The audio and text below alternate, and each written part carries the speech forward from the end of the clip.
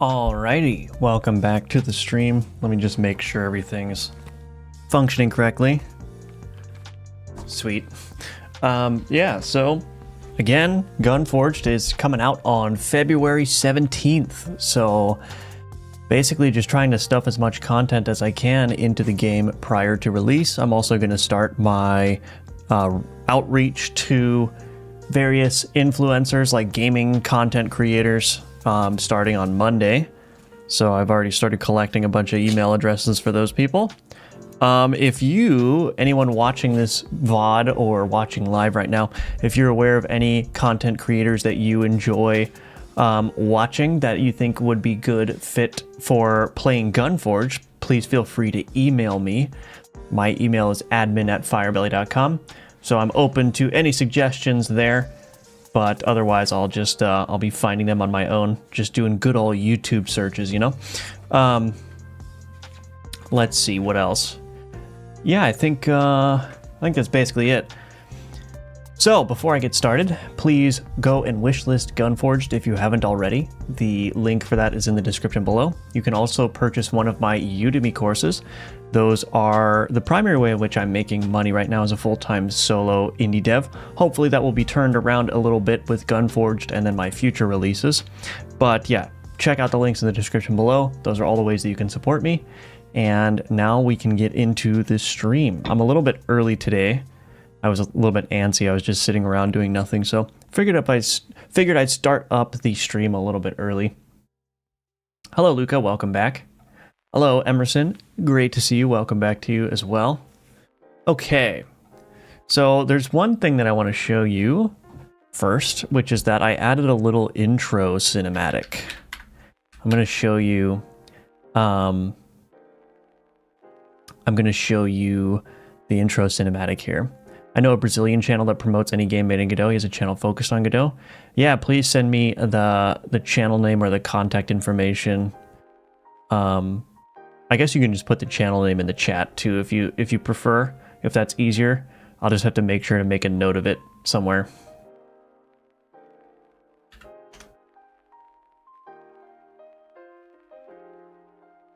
Anyway, so let's take a look at this intro cinematic. Here we go. It's very basic, so let's see.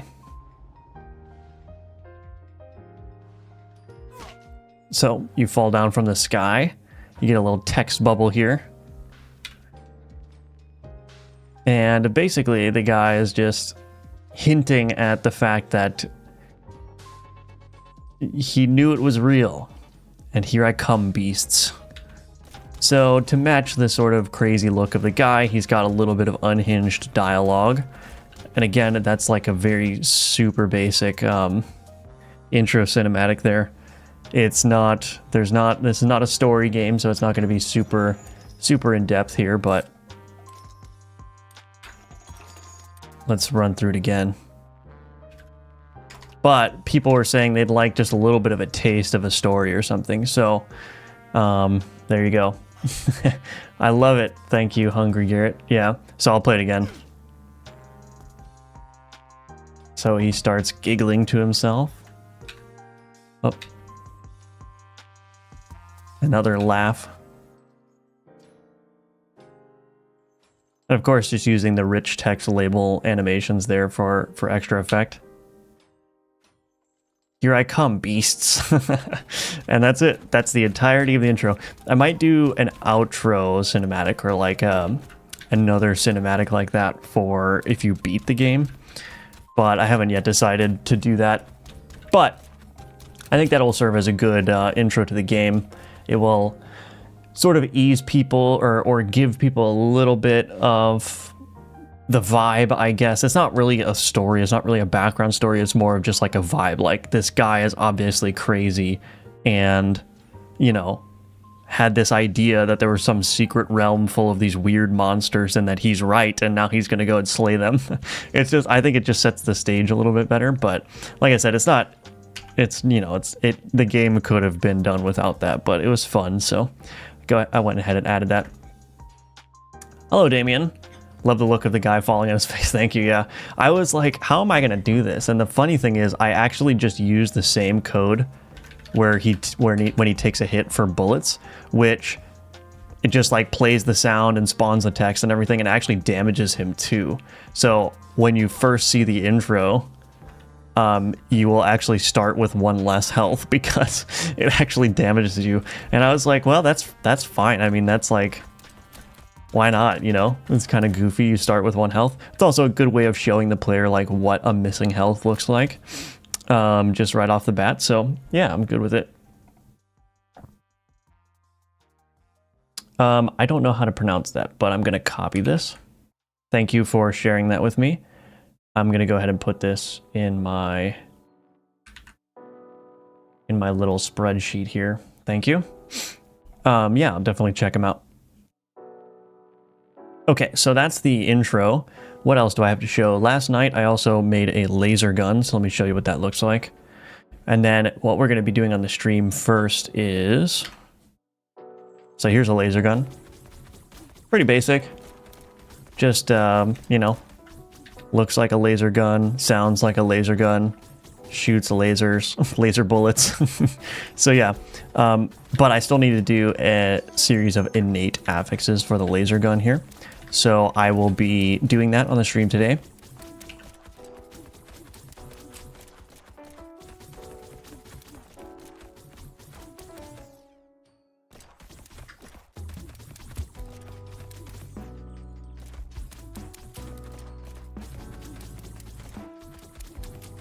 This gun is actually really fun to shoot for some reason. It's, I mean, there's nothing special about it, but...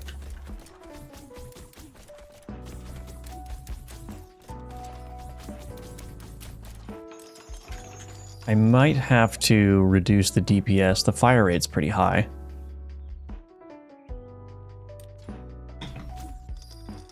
I might knock that DPS down a little bit.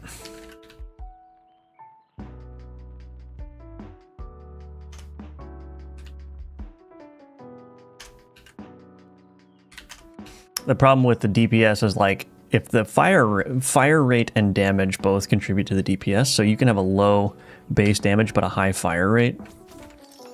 Yeah, there we go. That's better.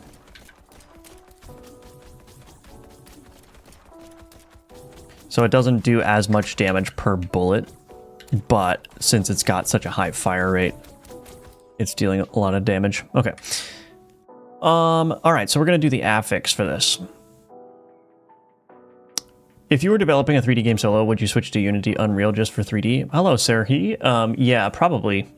I probably would use it. I mean, I would try it in Godot first, but if I were to try to make a 3D game in Godot, what I would probably focus on is I would try to accomplish what I thought the most difficult parts of the game were going to be first. And that would be, I would try to figure out if I could discover any like very difficult roadblocks early on. So, you know, if I was making a 3D game, what I would probably do is like go and make a level in whatever tool I want to use, figure out what the process of like importing that into the engine looks like. Then I would establish like collisions, get the player working with the world collisions like that, and then also probably do some kind of, you know, an animation that is representative of the most sophisticated animation that I would do.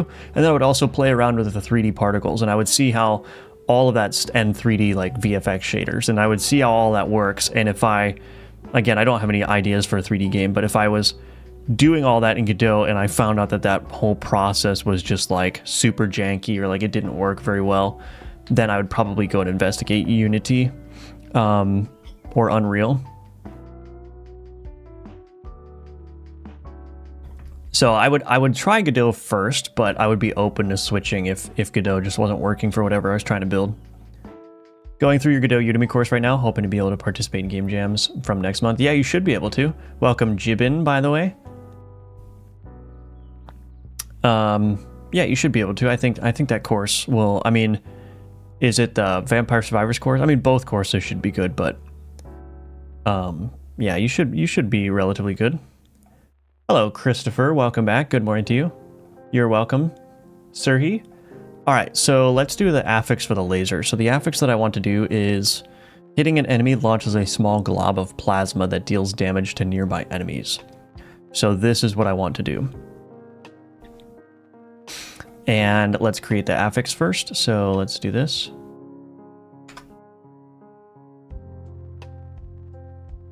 Let's do, what do I want to call this? Affix, create new resource. Affix resource. We're going to call this one plasmoid.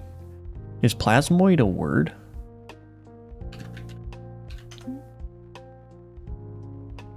Plasmoid. Yeah, there's plasmids and plasmoids. Okay, plasmoid is more related to the state of matter plasma, and plasmid is more related to like the body type of plasma. Okay, so plasmoid, we'll call it that. Loot weight, yeah, we'll keep it at 10, why not? I'm just gonna go ahead and copy a texture here. Paste, make unique. I'll have to make a texture for that. Feature tags. I kind of want to add another feature tag that's just damage, but I guess that's kind of redundant.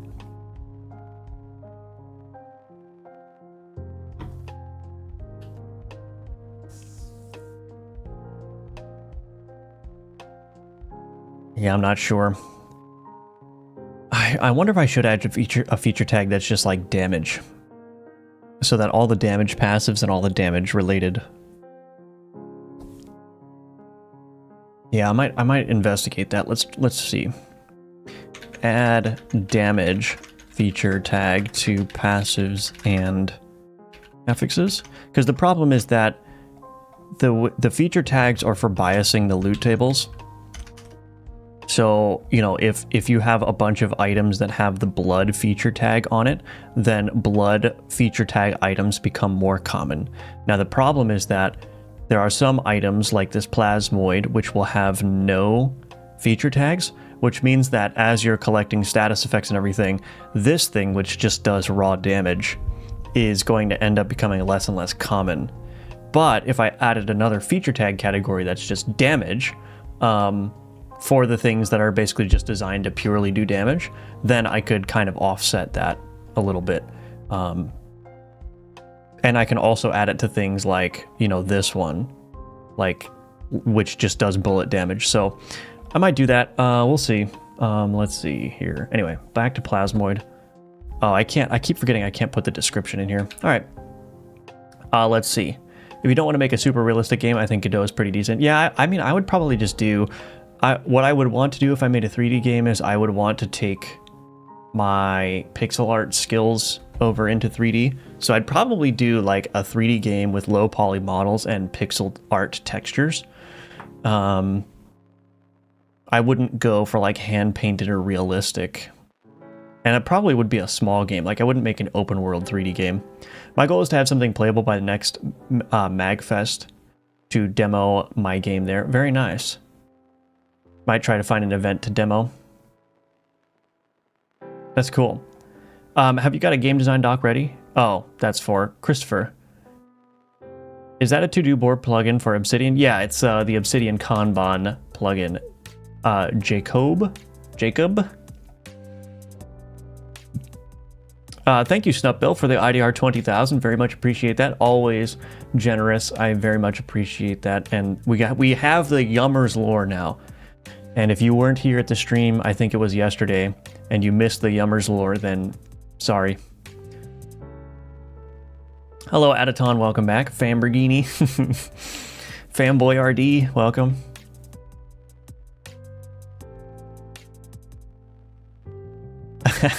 I have problems with being mad at old code every time I look at the project. Yeah. One of the reasons why I'm so verbose in the way that I write code is specifically so that future versions of myself can go back into the code and basically get a quick understanding of what's going on. It's annoying in the moment when you write code that's like nice and verbose and readable, but it saves you a lot of time. I'm not saying that's not what you're doing, just your statement prompted that in my mind. Hello, Perseverance, welcome back. Okay, so let's do this. I'm just going to copy the poison affix on entity collision. Yeah, this is basically what we want. So copy this, create new file, plasmoid affix.cs. Plasmoid affix. What did I say this wanted to do? Deals damage to nearby enemy. Okay, so hitting an enemy launches a glob of occurrences glob.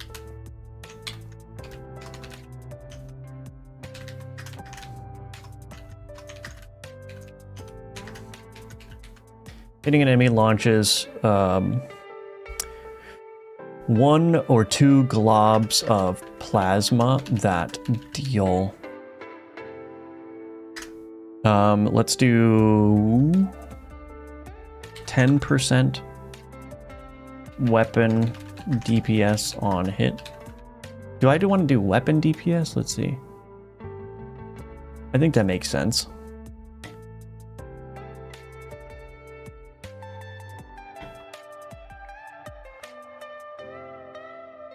Oh, this needs to be... Shoot.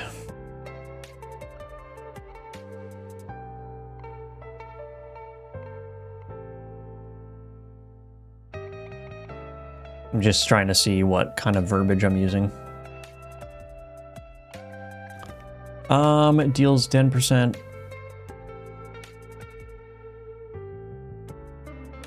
This needs to be opposite now, so... Occurrences equals 1. We need to flip these around. So if it's 1 glob of plasma, it deals 10% weapon DPS, and if it's 2 globs of plasma, they deal 10% weapon DPS. Okay, so that should be fine on entity collision. So that's probably a fine check here. I'm gonna want... Do I have the hurt box component? I do. Very nice. So I think what I'll want to do is... var position is equal to handler arguments dot event dot hurtbox.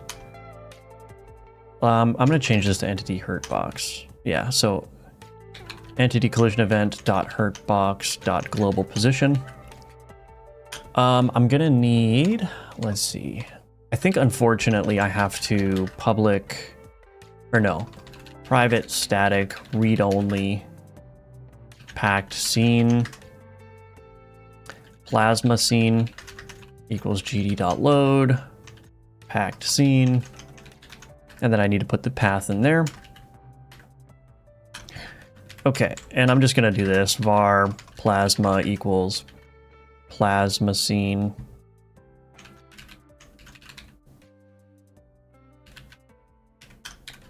dot instantiator null. We'll just call it node 2D.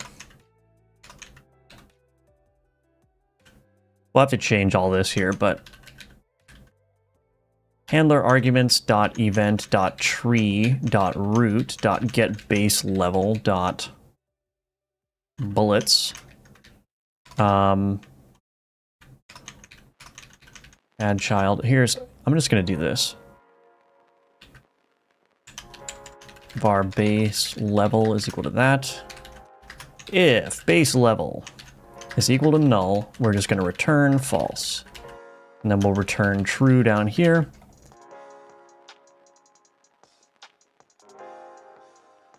So we need to do this in a loop.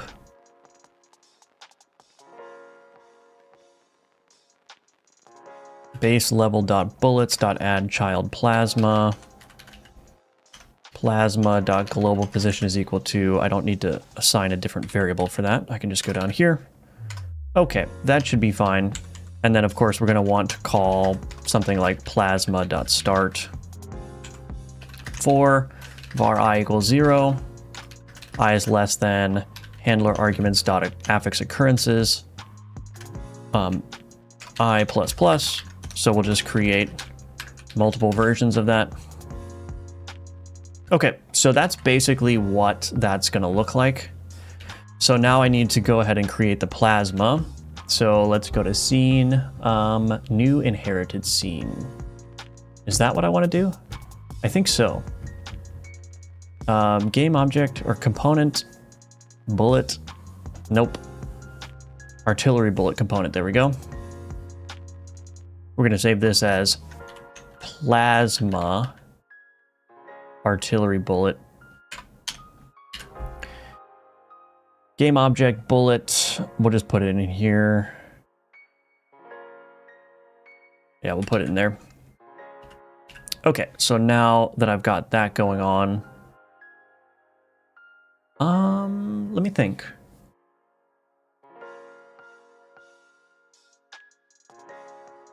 Start artillery creation args. I think I'm probably going to want to create a script for this.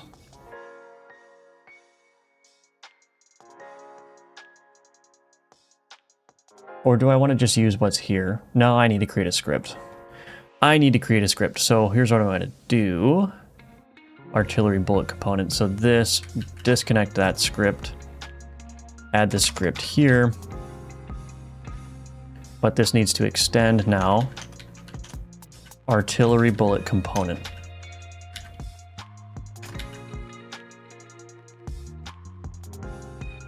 And honestly, I'm probably just going to copy and paste this stuff here. That works for me. This needs to be base.notification what? Okay, set damage.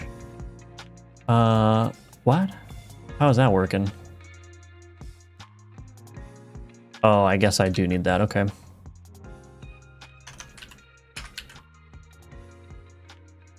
We don't have a persistent sound component yet. Using game.effect.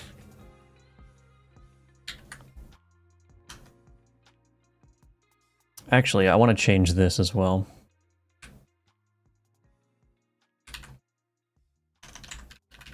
Private static read only color is equal to that. Paste that here. Okay. We're going to need a radius, private const int radius 32. Set thickness 8 is probably fine. Private static read only color equals new. We'll just keep that same color that I stole from the magma there, but it'll need to be a different color, obviously. Green or something. No, not system.drawing.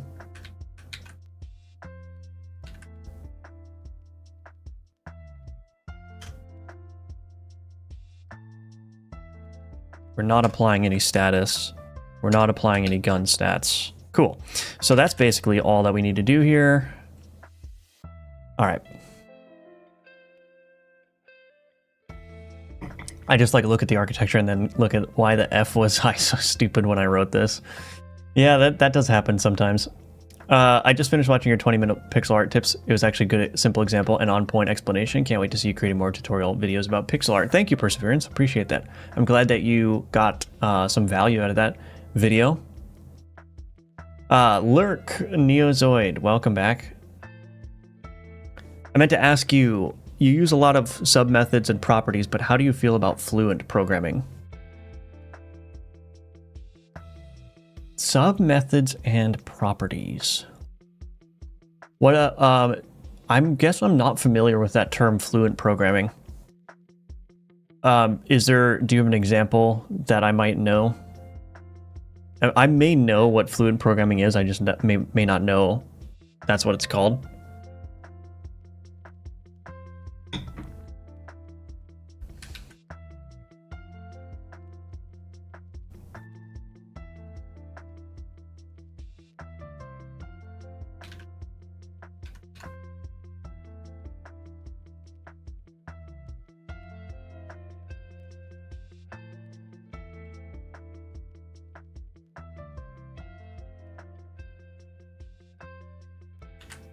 So in here, basically what I want to do is, I've got my plasma here, plasma artillery bullet. So we're going to instantiate it as that.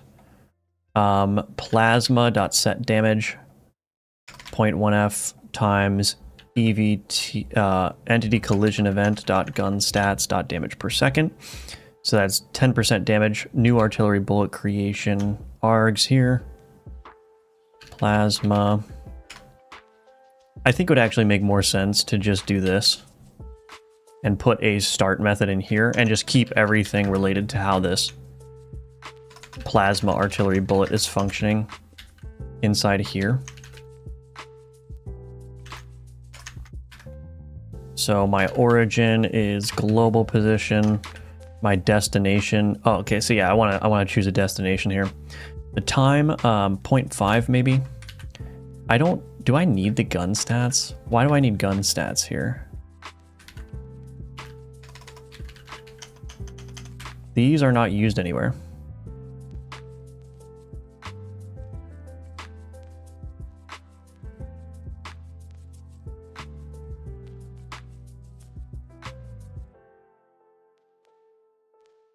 Oh, I guess they are used. Yeah, okay, never mind.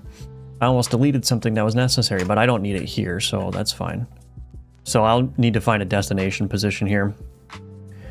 Fluent is when your method of a class also returns the same type of the object that the method was called on. You see it a lot in Link. Oh yeah, I mean, I use that circle explosion. So I have like the circle explosion builder here. So this, every method here returns the circle explosion builder. I guess this is more of like a factory thing, but I like this approach. So like my circle explosions are just like, they can have all kinds of configurations. They can deal damage to the player. They can deal damage to enemies. They can have a radius, a thickness, but then there are defaults for all of them, right? So it's like, sometimes I only want to set a subset of the properties for the circle explosion. So being able to set some reasonable defaults and then just being able to specify which overrides I want through this method is very, very handy. So I think, yeah, I think, so if this is Fluent, this is really useful when you've got a lot of configuration levers that you can pull when you're instantiating something. I would definitely prefer this over like having a constructor that's like 18 arguments, right? Or, you know, creating an instance of a class and then having a bunch of class methods in there where they don't return and you can't like chain the calls together and you have to do a new line every time. But yeah, this is nice. I think this is very good.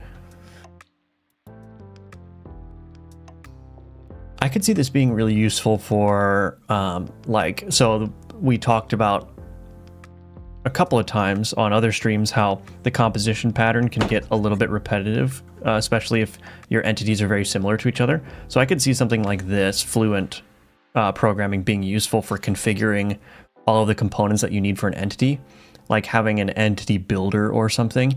Even if it was a tool script in the engine where you could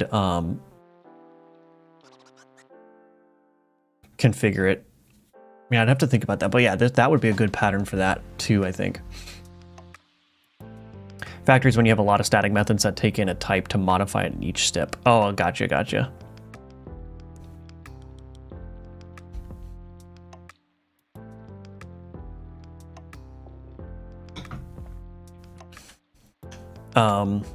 Yeah, I don't think factory patterns are very popular anymore in software engineering. At least I never used them when I was, never encountered them, never used them when I was working professionally.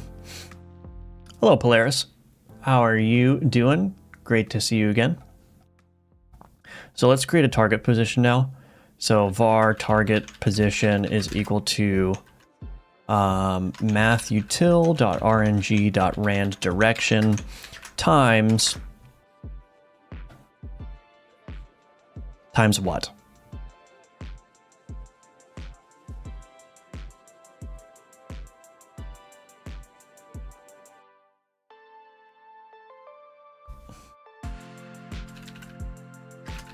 I'm just going to set a range on this, or yeah, private const float range. So we're just going to say global position plus random direction times range.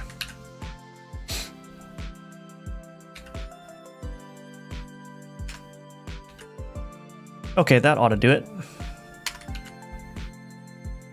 We need a different color for this. Let me find a color here. I kind of wish that there was like a color picker button somewhere here. Feels awkward anytime I want to pick a color from my palette. I have to go into like one of these and find a nice color and then grab it and then reset. Like if there was just a nice color picker where I could just look at my colors, probably a good add-on idea. Okay. So now I need to copy this path here. Bam. Put it in there. All right, so I'm pretty confident that all of this is going to work at a basic level. What I need to do is I need to add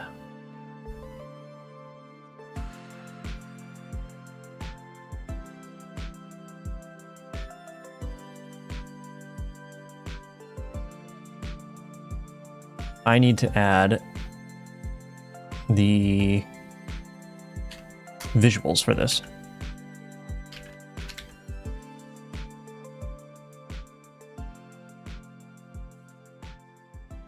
There we go, put that in there. Light mode unshaded, that's fine.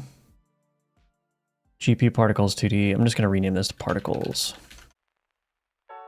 New particle process material. Amount, we'll turn that down to 4. Emitting to true.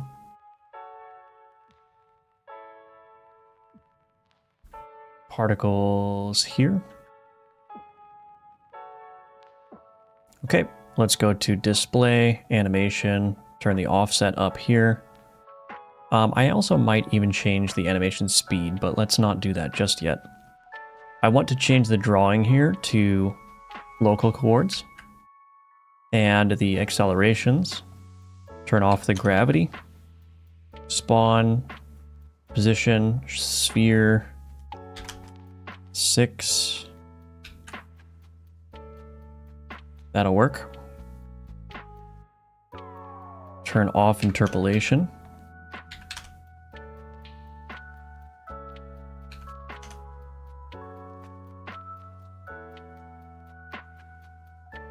Cool. Alrighty, and then, so that's looking good. We want to change the angle here.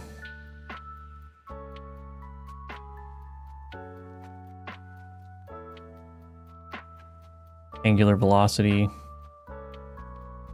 Perfect. Might change the initial velocity as well.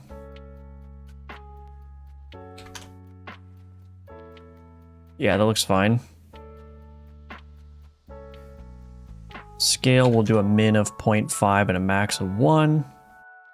New curve texture, bring it in, and then bring it out.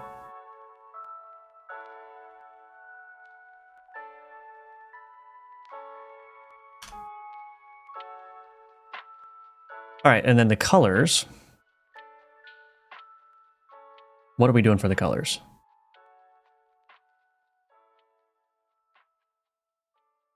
Oh, I get lost in these menus. Here we go, color curves. Color initial ramp. We need this to be a constant interpolation. Okay, and then we'll choose this yellow and we'll choose, or that's not yellow. We'll choose this green and that green. Kind of looks similar to the poison, but that's fine. And then for the drawing, I think I want to do index. Yeah, that's fine. Now the other thing I can do is I can add an additive light 2D. Actually, I'm going to go to my laser bullet, copy this additive light 2D and paste it there. Perfect. And then the shadow component here, let's just turn down that size. Cool. All right, so there's our visuals. We'll see how that looks in game. But first, laser barrel. Let's go ahead and add this. So innate affixes, plasmoid,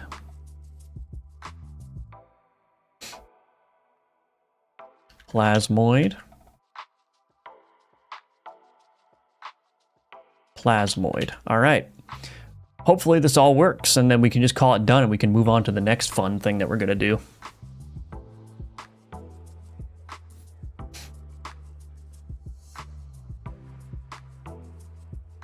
By the way, who wants to see the intro cinematic again? Oh my.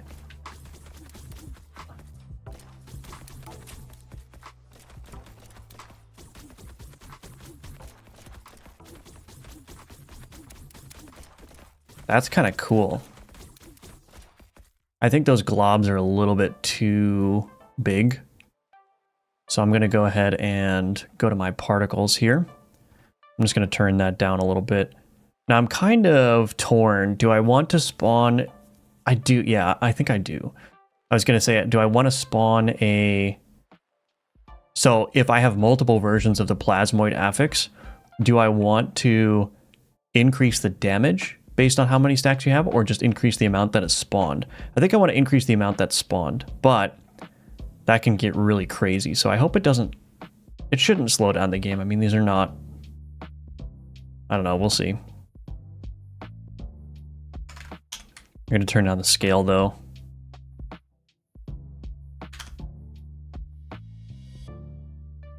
I wonder if I should turn down the...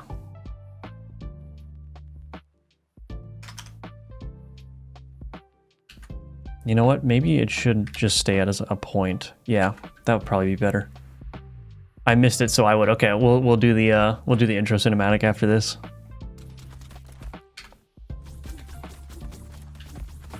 Oh, that's pretty cool. Now I wish that they launched a little bit higher into the air. So I think I just need to change the gravity here. If I change the gravity to 800, that should make it go a lot higher in the air.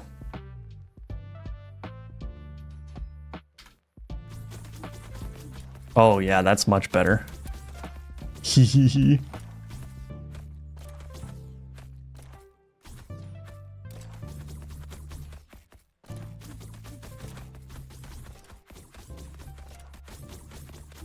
Unfortunately,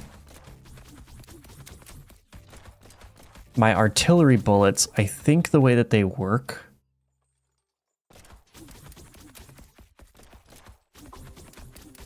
Well, maybe not, actually.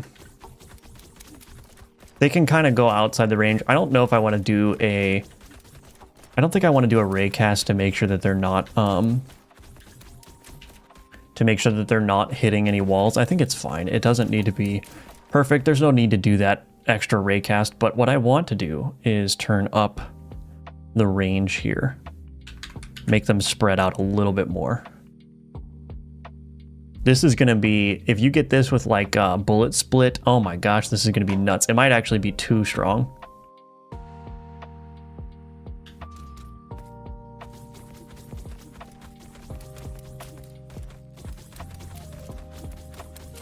I think that's really fun though. Okay, I want to try something. I know we're going to do this intro cinematic, but let me do this. Let's do bullet split and bullet pierce. I think this is going to be absolutely nuts. Let's see. Oh, we still need to do an icon for this as well. Oh my goodness. Yeah, well, I hope that this doesn't get so ridiculous that it slows down the game, but... You know, don't fix what ain't broke. If it's working, then it's working, you know? Oh my goodness.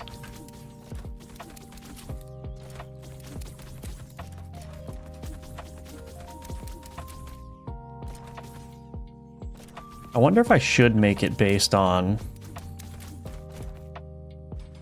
Hold on a second. I wonder if I should make it based on the bullet damage rather than the DPS. I probably should make it based on the bullet damage. Because if you're shooting multiple bullets at once, you're going to get a super powerful thing. So I'll make it based on bullet damage. Yeah, let's do that instead. So in here, this is going to be damage per bullet. That deals 10% bullet damage on hit. Oops. Yeah.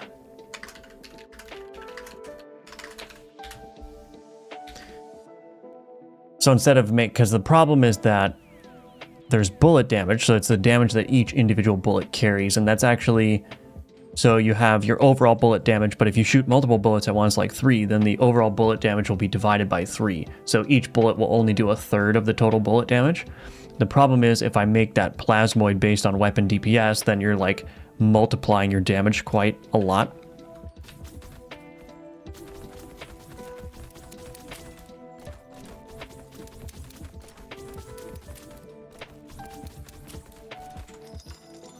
Sweet.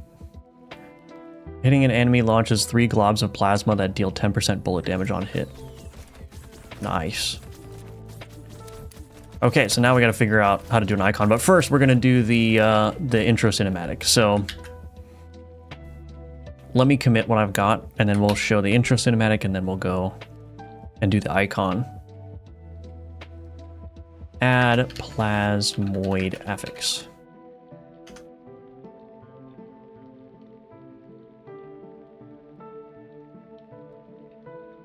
Okay, here's the intro cinematic. Let's go. I need to first turn it back on. All right, here we go. Intro cinematic.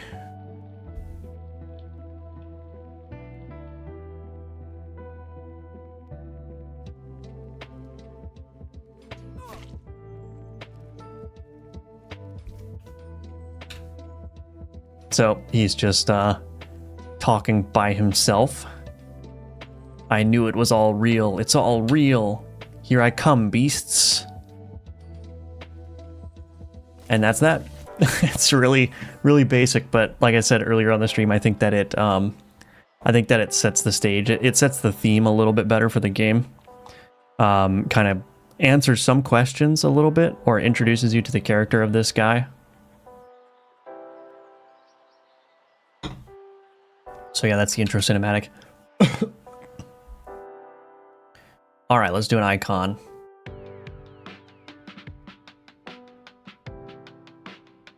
Open file.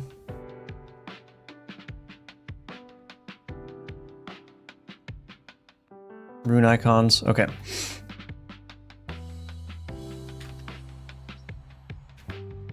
Plasmoid.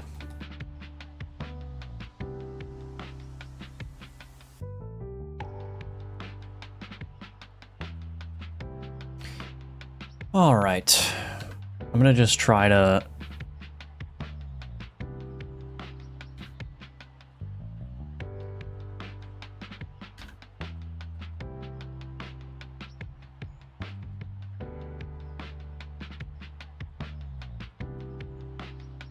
create some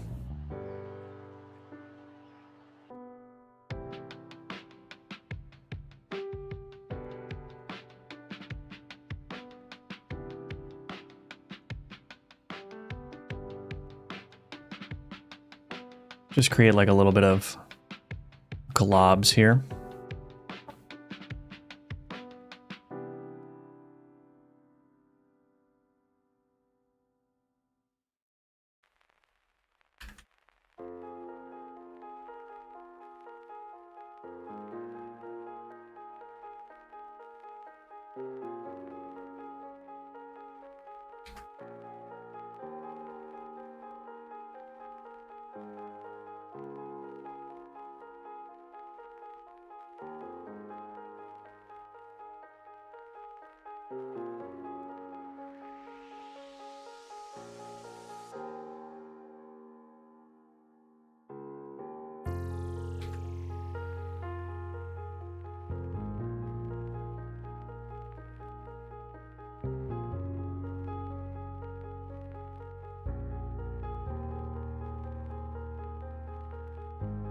I think that's acceptable.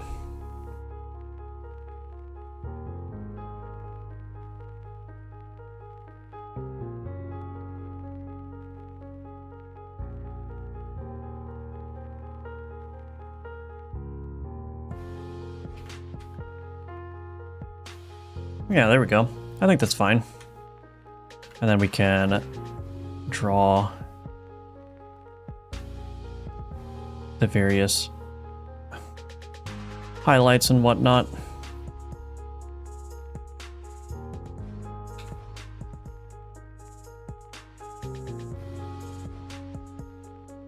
Yeah, I think that's fine. Do I want it to be moved a little bit? No, that's good.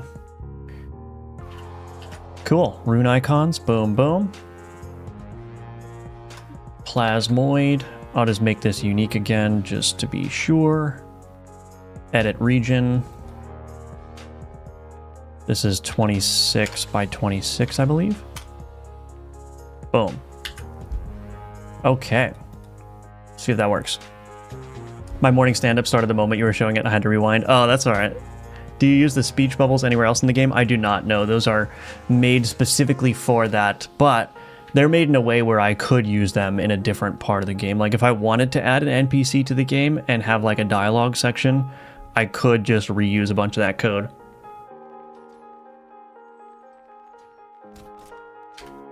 That was actually surprisingly easy with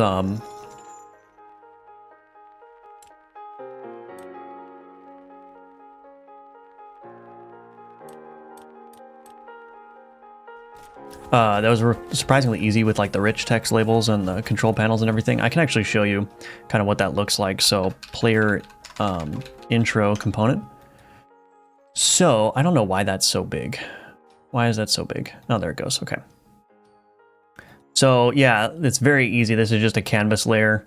I've got a margin container in here and an HBox container with one margin container on the left side of the HBox and then basically just a control for spacing over here. So the idea is that the player's in the center of the screen, so I just use control nodes to offset the speech bubble to like slightly left of center there. And then that's basically it. The speech bubble is basically just a panel container.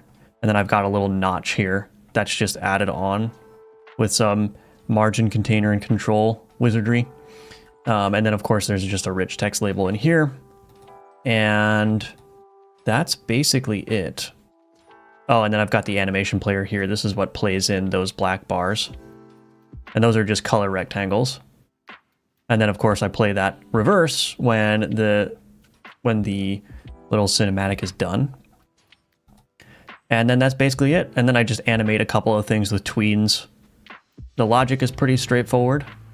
I just got a list of the dialogue that's going to happen, and pressing either interact or the roll button, so either E or space by default, it will either interrupt the text tween that's currently playing and finish it, or if the tween is finished, it will advance to the next piece of dialogue. And that's basically it. It didn't take, I mean, it only took a couple hours to build, and it was relatively straightforward, actually. The hardest part was getting everything tied into the game. Like, okay, well, you know, I gotta play, because I have a tutorial at the beginning of the game too, so I needed to synchronize that. Like, if the intro cinematic is being shown, I don't want to also show the tutorial, like the controls tutorial on top of that. So I needed to synchronize it so that when the intro cinematic is being shown, show that first, and then when that finishes, then it needs to trigger the control tutorial, like press WASD to move, but only if the controls tutorial should also be shown, right? So it was just there was a little bit of you know, just trying to synchronize things there, but so yeah.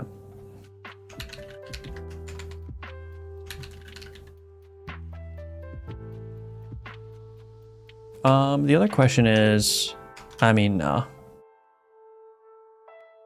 the other one random thing that came to my mind, I don't even know if it's worth paying attention to this, but I wonder if I should disable statistics.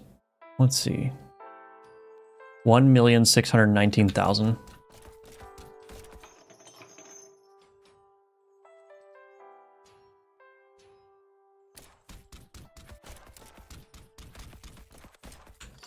I wonder if I should disable the bullets shot, bullets fired. I don't know. Do you think I should exclude anything that happens in the hub area from the overall statistics? Because like bullets fired gets incremented when you shoot in the hub. I'm guessing that's okay because it should be fine. I don't think it does not increment damage dealt. Anything that's done to training dummies doesn't count toward the statistics. So, but the bullets fired is just like a universal statistic. Like when you shoot a bullet, it counts. So I don't know. I'm trying to figure out what the best way of collecting statistics is. I think it's fine. I shouldn't worry about it. I should worry about other things. Anyway, I want to tell you that you're a huge inspiration for me. I really hope everything goes well for you in Gunforge. Thank you. I appreciate that, players. I hope so too. It's not going to go well if you don't all buy it. I'm kidding. Of course, I want you to buy it if it's interesting to you, but of course, you should not buy it if it's not a game that's of interest to you, or for whatever reason. But yes, thank you for your support. I very much appreciate it. And yeah, I hope it does well. I hope it does well. We'll see. We will see. What determines the text animations? Oh, does the rich text have built-in shake and wave? Yes, it does. Yeah. Yeah, so here, where is it? Oh, did I already player intro component?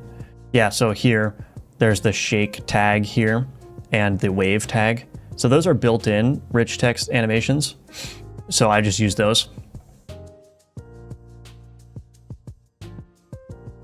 Pull a zone of enders and put a time spent looking at this menu timer in the stats. That would be funny. That'd be really funny. Okay, so what was I doing? Oh yes, I added the plasmoid icon.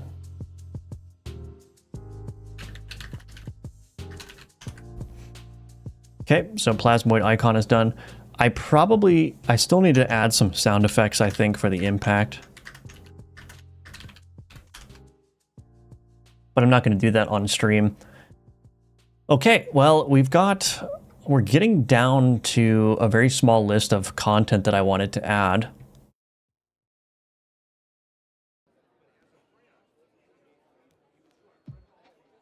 I think I want to do the chicken gun for sure.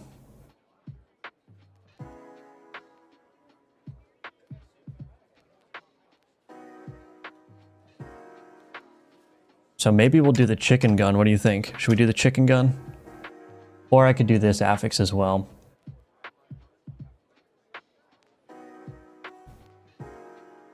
That's in progress, collecting emails. Yeah, let's do the chicken gun. Why not? We'll add another gun to the game. So in the past couple of days, I've added a wasp gun, and I've added a laser gun, and I'm going to add a chicken gun, and probably 1 or 2 other guns prior to release. The effects are extensible, so you can define your own text animation, which is fantastic. Yeah, I have not yet dived into that, but yeah, the fact that you can make your own animations is absolutely awesome. So I've got the wasp gun here, which I'm kind of reticent to unlock. Did I show anyone the wasp gun? Anyway, so let's see. We've got 60 total gun parts now. So that's 20 different thematic guns, each with 3 gun parts. Let me show you the wasp gun. Gun wasp left. And the wasp gun has the homing bullets by default. So even if I shoot this direction, they're gonna curve around. And I also made I made a small change to this homing bullets. Now what happens is when you have homing bullets, the strength of the homing increases with the number of homing bullets that you have. So this is 3 times, you know, the normal strength, right?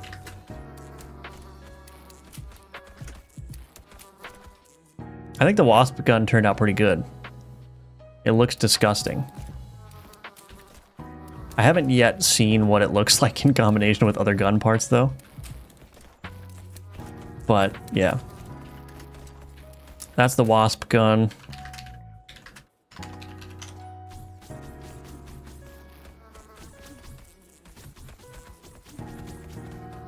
Lots of content going to be in this game, that's for sure.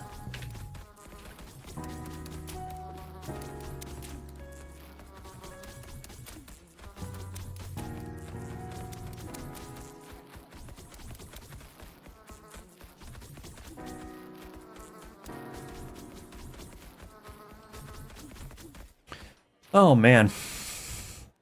Okay, anyway, enough stalling. Let's get to the chicken gun. So the first thing, let me think. What would be the first thing that I would want to work on for the chicken gun? I probably want to work on the chicken bullets first. So I'm going to do the chicken bullets first. They're largely going to be a copy of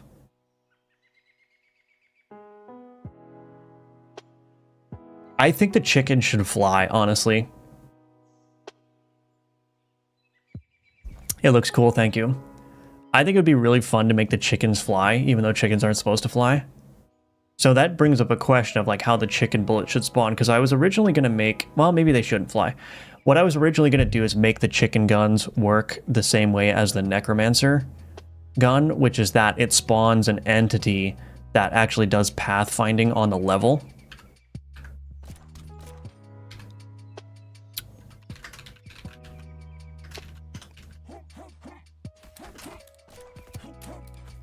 And you know what I could, I mean, I don't know.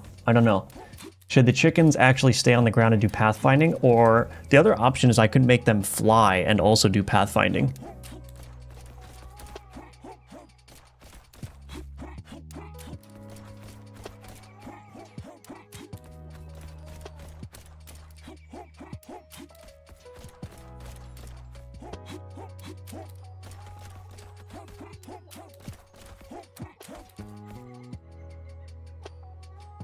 Uh-oh, why is that guy not able to hit that?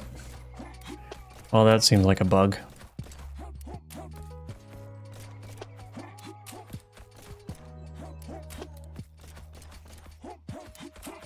Let me fix that really quick. Yeah, the problem is because these...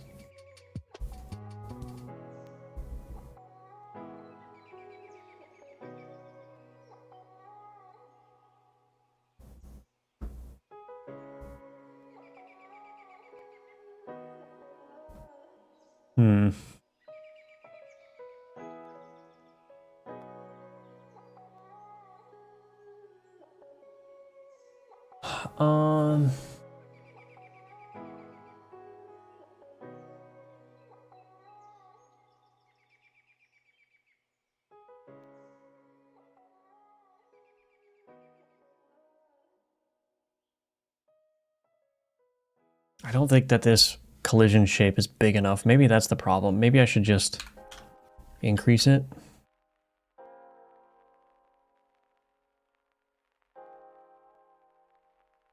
You know what I might do? This is a little bit of a detour again, but if I do this and I turn on Y-sort enabled, which I hope doesn't wreck anything. I don't think it will. I hope it doesn't. So if I turn on Y-sort enabled here, Y-sort enabled, what that's going to do is that's going to Y-sort this visuals node here properly. So what I can do is I can take this and my shadow component and I can move these down so that they're more like this. Like so, and then I can up this shape to be 8 and then also 8 here. Why are these not the same resource? Copy, paste. There we go. I don't know if that's going to work, but we'll see. I don't know if that's going to work.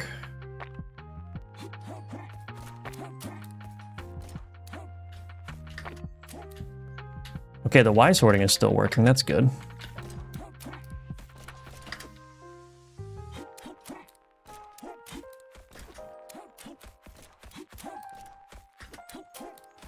Really, all I care about is just the Y sorting being correct.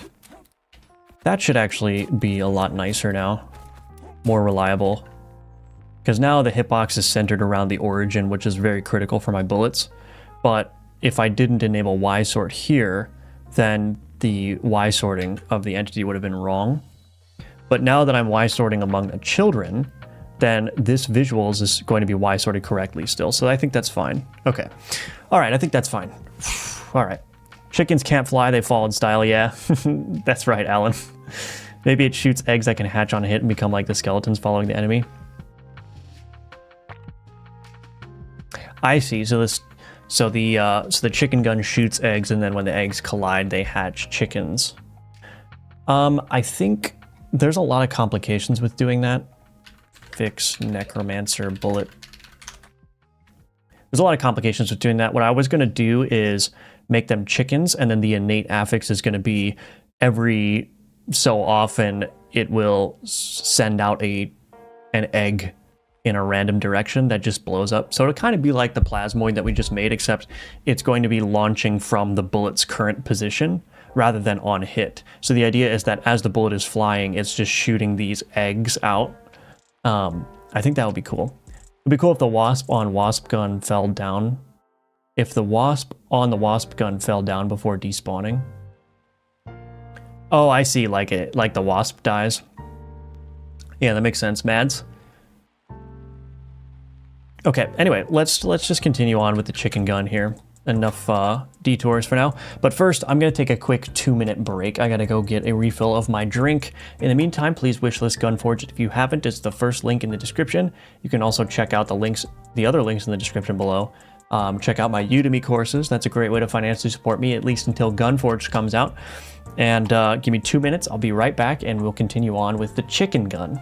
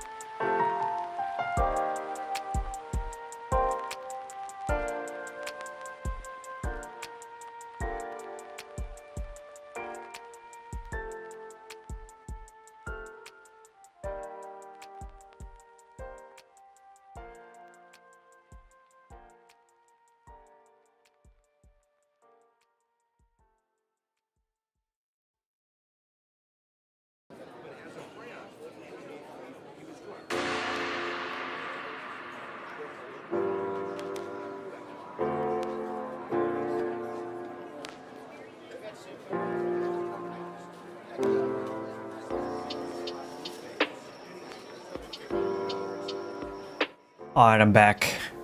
What's my drink? Coffee, water, monster? Well, I just finished my coffee for the morning, so now I have water. I don't, I usually drink I drink unsweetened things, so I'll drink unsweetened tea, black coffee, water. That's about it. Except with my McDonald's quarter pounder with cheese, double quarter pounder with cheese, I get a Coke Zero, which is still no sugar, but it's, I don't know if you classify that as unsweetened. Anyway, all right, let's do the chicken gun here. So we're gonna go to my generate gun template. I'm gonna start with the chicken bullets, I think. I'll start with the chicken bullets, get those working. I might even do the affix too before I do the actual gun visuals. So we'll see how far we can get with the gun in this stream. This might be a gun that takes me a couple hours to finish. So, but I'm going to try to get it done as fast as possible. And it's not like I'm doing anything new. I already have a model that I can follow in the Necromancer gun. So it might just be largely a copy paste job. And we'll see. But anyway, chicken. Everyone loves chicken guns. Okay, so what that does is that creates various files in here. So I've got my chicken barrel, chicken magazine, chicken receiver. Then I've also got the resources for all those things. So I'm not going to worry about that just yet, though. Let's go to my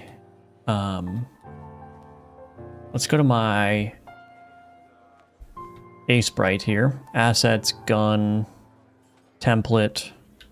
Save this under the chicken folder.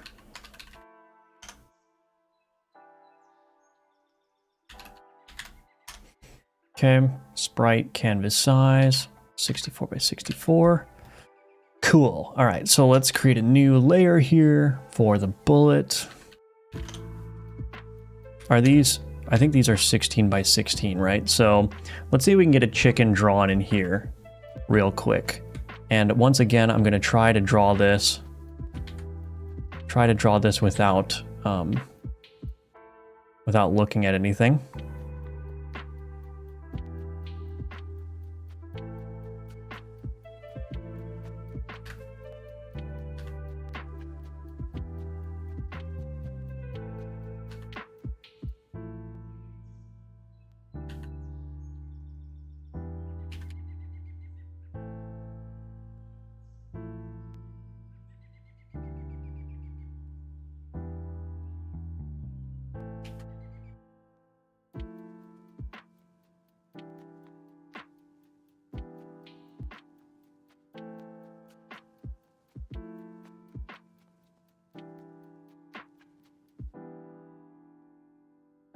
Okay, not a bad looking chicken so far, if I do say so myself.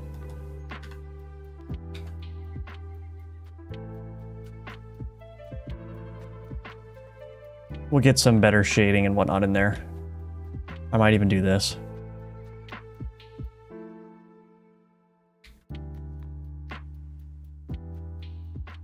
Do its eye like outside there. Would that be good? No.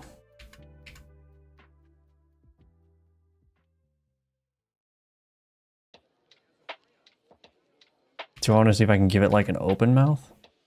No. Okay. I'm just gonna... Let's see. Give it some little feet here.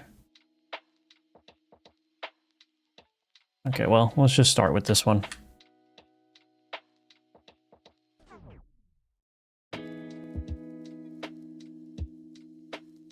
Okay, that's looking all right.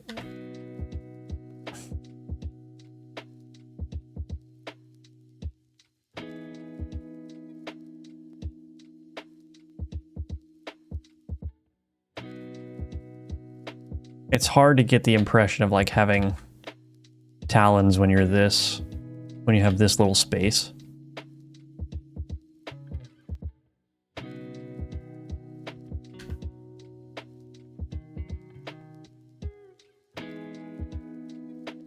Might be better off if I went a little bit under, like this.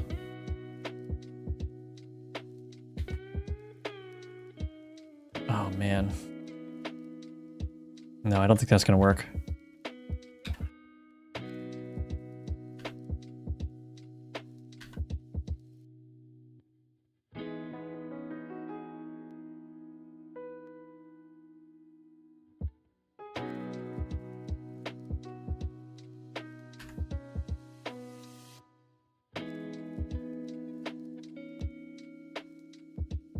Okay, we'll see how that looks. All right, then I need the wings, of course. Wing is going to be hard because it's supposed to still be white, but let's see.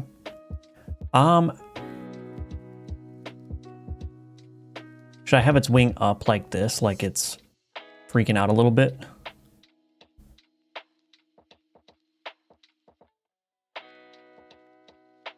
Okay, I think that's fine. I just need to move that up a little bit more.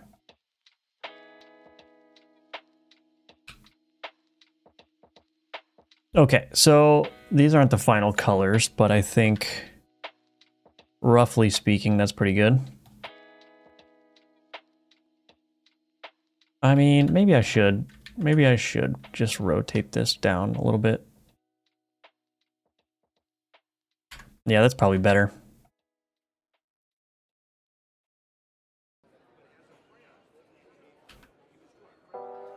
I'm running out of space. I'm trying to keep it in the...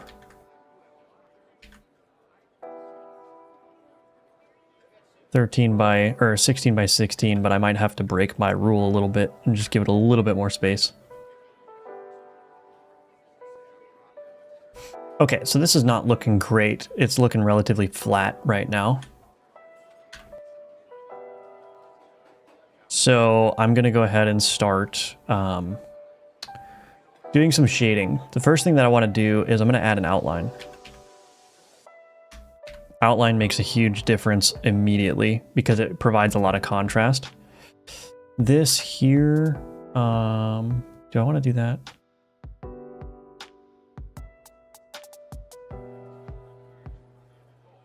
Yeah, that looks a little bit better.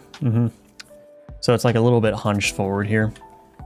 I'm going to use this blue as shading here.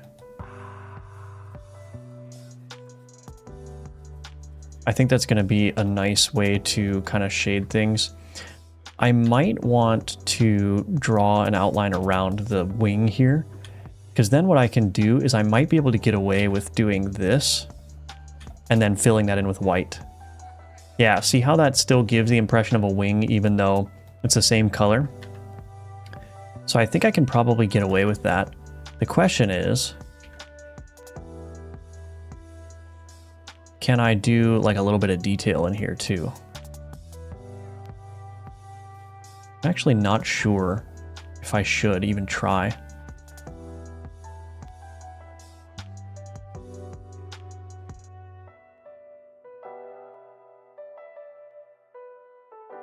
Yeah, that's fine. That's fine. This eye here, what do I want to make the eye? I can give it like a nicer color. Actually, I don't know if that's going to work. Maybe I should just, maybe I'll just make it black. Nah.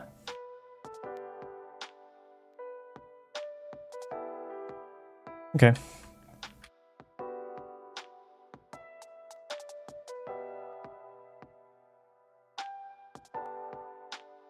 This is not dark enough. That looks much nicer, and I'll put that there. Perfect. Okay. That looks good. Do I want to do this? No, that's too much. I don't want to put any blue around the eye there because it kind of muddies it up.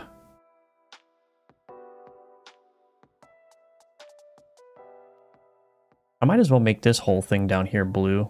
Well, maybe not.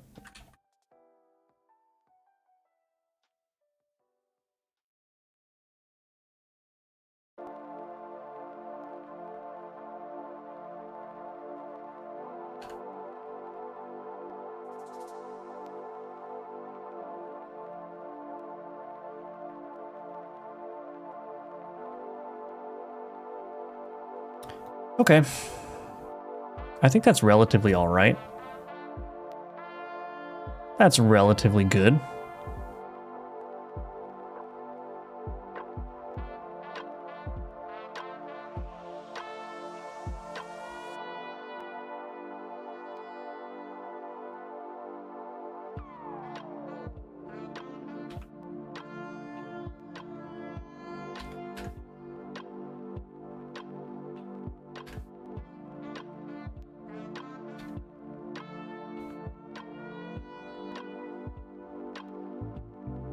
I think that looks fine, honestly. I think it's not perfect, but maybe I'll do a little bit of shading there as well.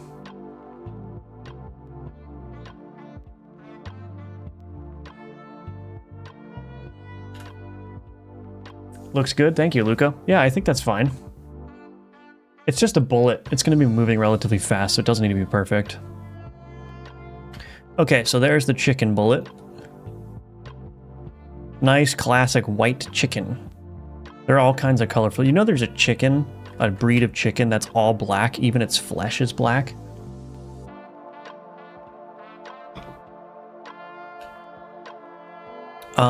So yeah, definitely look that up. Okay, so there's a chicken. Wow, the blue really gave it some depth. Yeah. Yeah, so that's the thing. It's like, you know, I think I mentioned this in my pixel art tips video, but one of the things that I learned is like a lot of people, when they're trying to add shadows, what they'll do is they'll grab the white and then they'll just go down to the color picker right here and they'll just go to the HSL and they'll just turn the lightness down and then they'll add it like this. And it's like, that can work, but it just looks so bland, right? And what's usually helpful is if you do actually like a a different color. If you do a different hue, for shadows you want to go to cooler colors, and for highlights you want to go to warmer colors. And so you can get away. I could have made this even like pink, and that works. Do you see what I mean? Like that works just the same, even though it doesn't really make sense to use pink as a shadow color for a white object. For some reason, it just works quite well. So yeah, the color choice can make a huge difference in how the art looks. So anyway, that's a chicken. So watch my pixel art tips video if you're interested for more stuff like that. They're just really basic tips like that that can just instantaneously improve the quality of the art.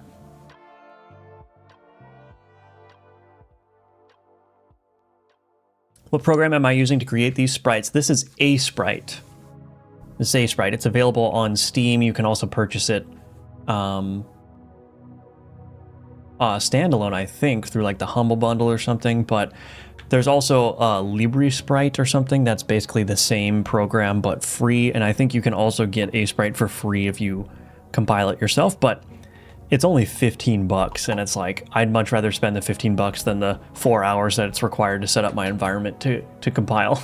You know, it's like, you work out the wage and it's like, oh, I get paid $4 an hour to compile Sprite when I could have just saved the 4 hours and spent $15. So that's my personal opinion. But obviously, if you don't have money to spend, then you can compile it. But certainly the best $15 I've ever spent. Or is it $20? It might be $20. I don't know. If it was $40, it'd be the best $40 I ever spent. Okay, so let's create a new inherited scene now. Oh, you know what? I forgot to do this.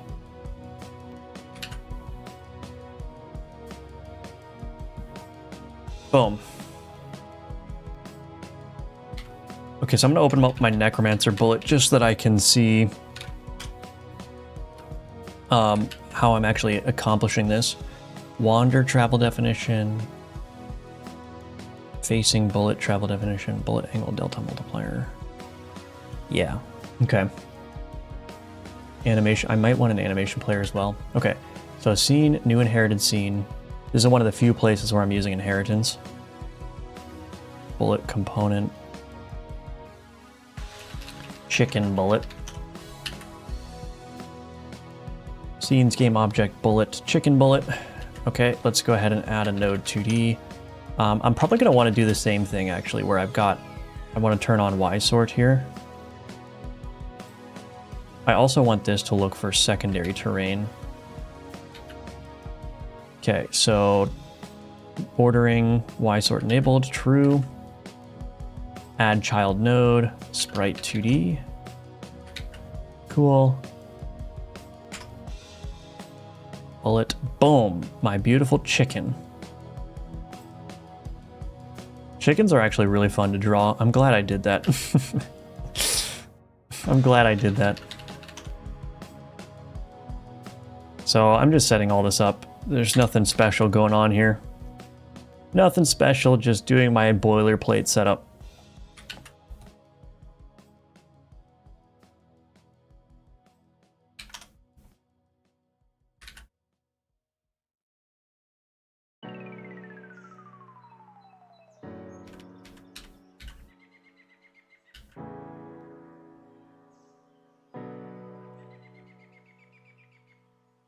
Oh, I see. Oh, I see. Okay.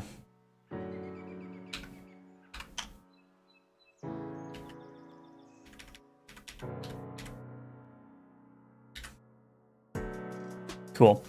All right, so there's my collision shape. What else? Sprite is 100% worth the money. Yeah, I agree.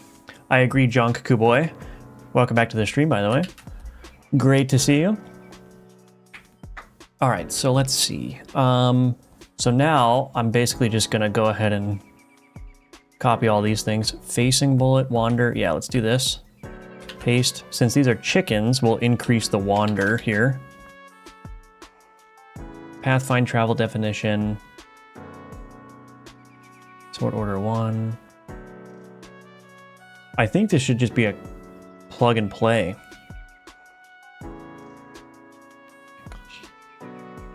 Yeah. Okay. so that's just plug and play there. Node to scale visuals, perfect. Alrighty, let's go ahead and see if this works. So I'll just give myself the chicken gun, which doesn't have any art yet.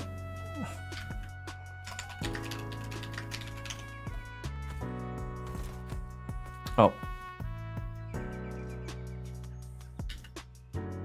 Forgot to turn off align to direction.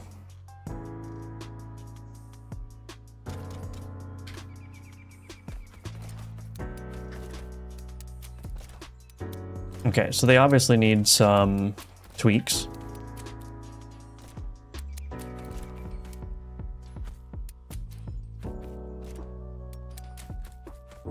Also, where did the shadow component go?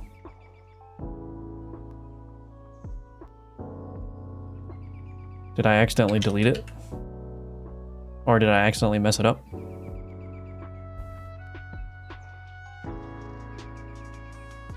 Nope, it's still there. Okay, maybe I just need to move it down a little bit. Move it down 8 pixels.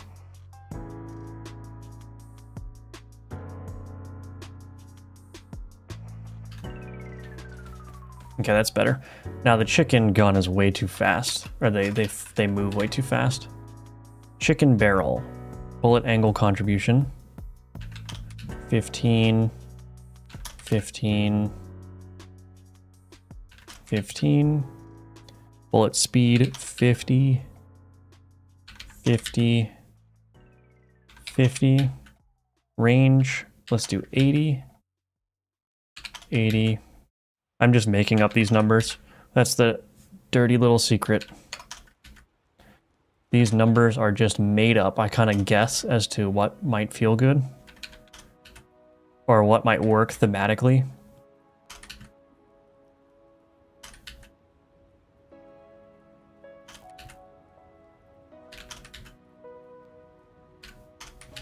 Okay.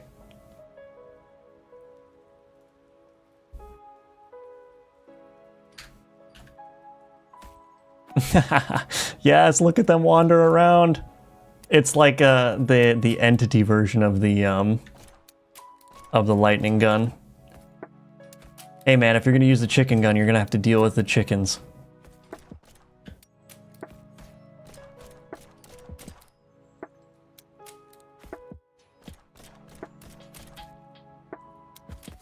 Oh my gosh, that's funny. That's really funny. I am interested though in seeing what their path actually looks like. Love it, yeah. Chicken gun was a brilliant idea. Whoever gave me that idea. So you can see the path that they're following. Very nice.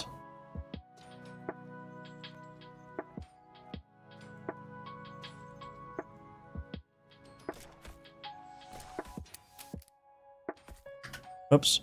So the reason I'm checking this is just because I don't want... The problem with the bullets that are entities with pathfinding is that if you create a lot of bullets at a time and they're constantly updating their pathfinding, that can actually... that could negatively impact performance, specifically if like you're shooting 4 chickens at once and then they all have bullet split, right? So I just want to make sure that the paths are not being regenerated too often. Now, the fortunate thing is that since my levels are relatively small anyway, I don't think that even generating the longest possible path takes that long because it's not that far. So this should be fine. Oh my gosh, these things are so unwieldy. I love it. Okay, so the next thing I'm going to do, first of all, I'm going to commit what I have. So initial work on chicken gun.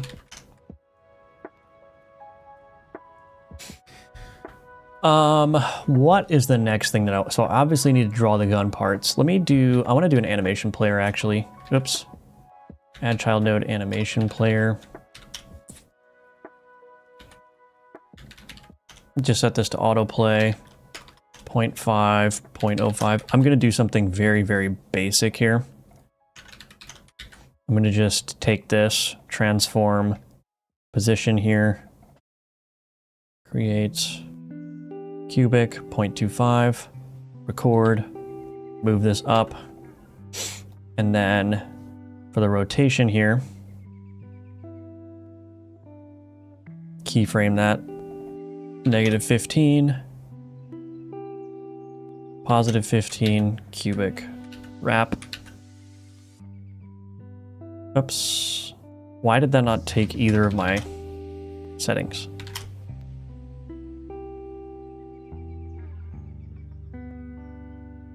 I think I actually need to offset these a little bit. There we go.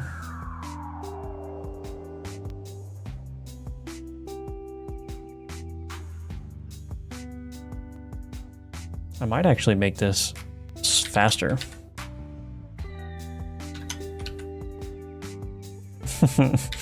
Yes.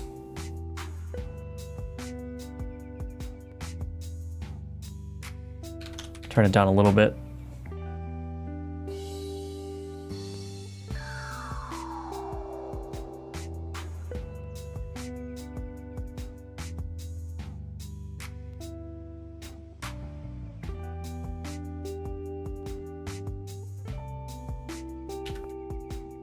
Doesn't need to be perfect. Let's see what happens.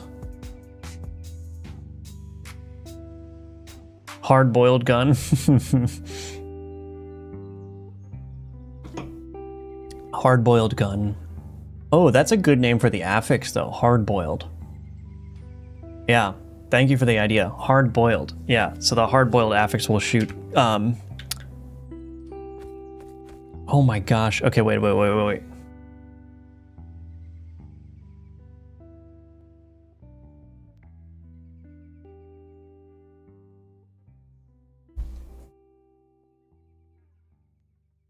Actually, it's probably fine. I'm going to turn off the Pathfind components here. I briefly took care of chickens for a few months. They would hop and fling their legs out to the sides and grab grapes from the vines. Chickens are strange and goofy animals, yeah. Yeah, my mom had chickens for a very long time, and they are very weird. They are very weird. Oh my gosh, that animation makes such a big difference.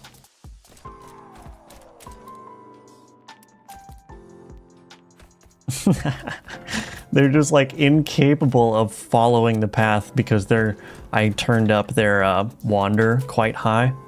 So now they're just like unbelievably uncontrollable.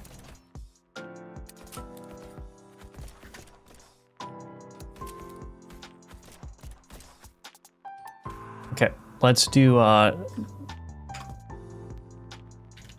wasp impact. I'm going to duplicate this. Chicken impact.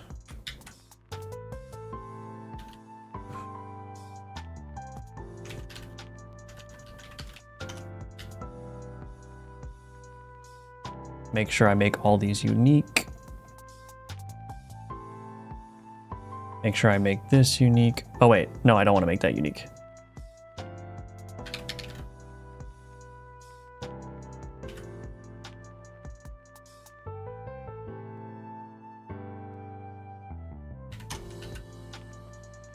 Okay.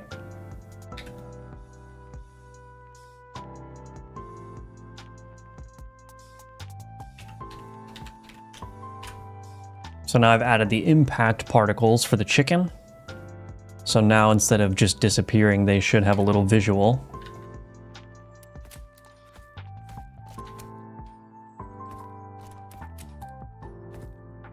Nice. So they just kind of fall away. That's my very generic way of doing bullet impacts. Where are you going, chicken? That's not even close to where you're supposed to be.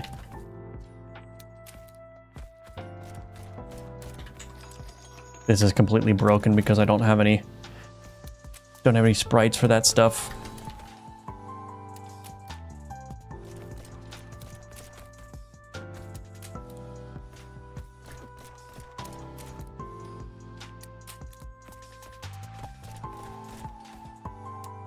Okay, so now I want to create an affix that shoots. Ooh, this is actually going to be... Oh, this is going to be tough. Wait a minute.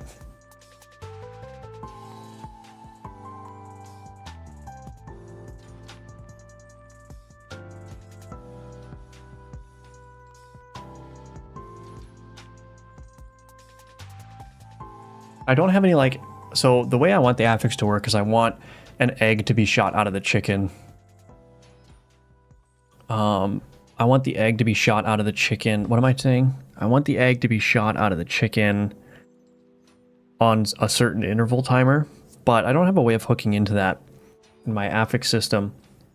So what I might have to do instead is I might have to, on bullet creation, instantiate a scene that is then responsible, like that gets attached to the bullet, that is then responsible for spawning the eggs on us on a fixed interval. I think that's what I'm gonna have to do.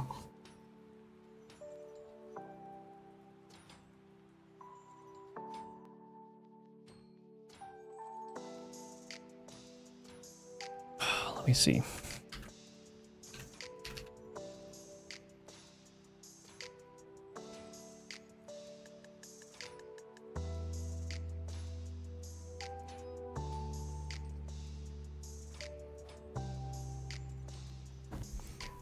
I might change this travel, or this artillery bullet.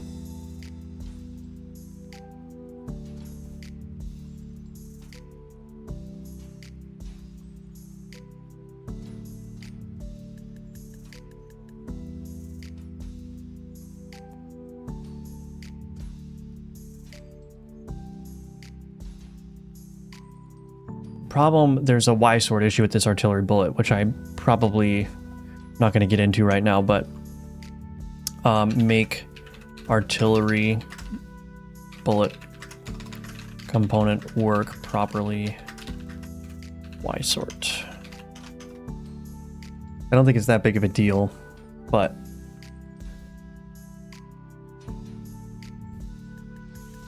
call this an enhancement, not a bug.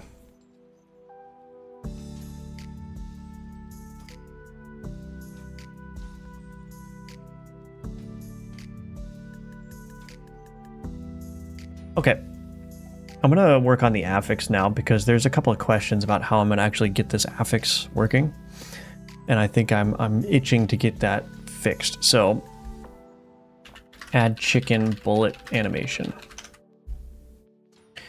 All right, let's go ahead and create. I'm just gonna call it a chicken affix in the code at least.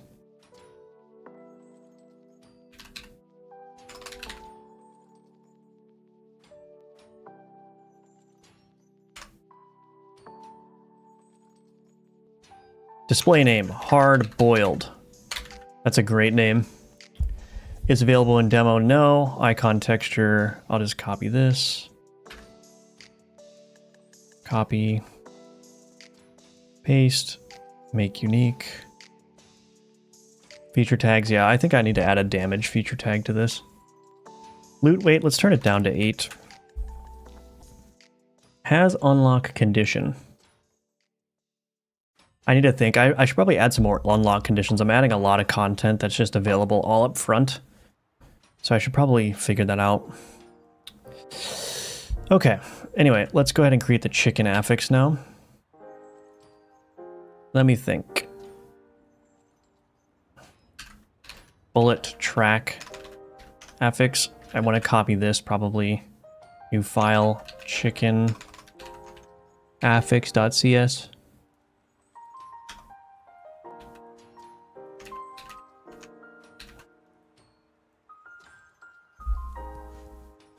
A gun that's a skunk and shoots poison gas at the enemies. Yeah, that would be funny. I mean, I don't really have a concept of, like, gas guns. I'm sure I could fake it, but...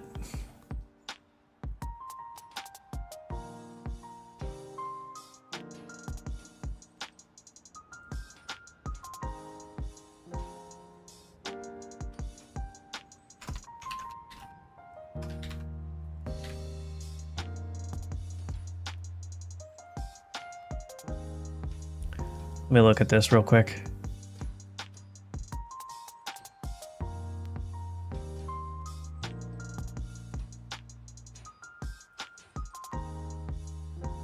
That's kind of concerning. Why was that message there? Anyway.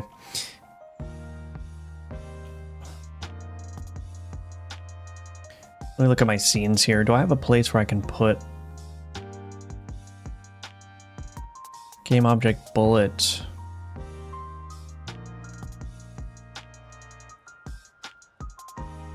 Yeah, I might as well just put it in the bullet. So chicken affix controller or something. I don't know.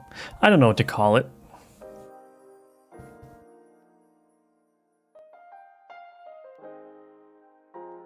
Now the question is, what should happen as the occurrences go up?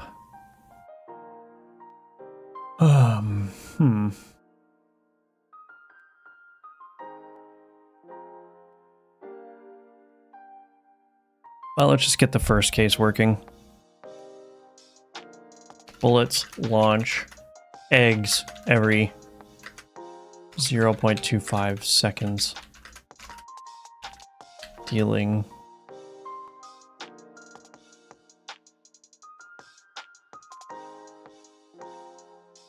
what number do we want? 20%?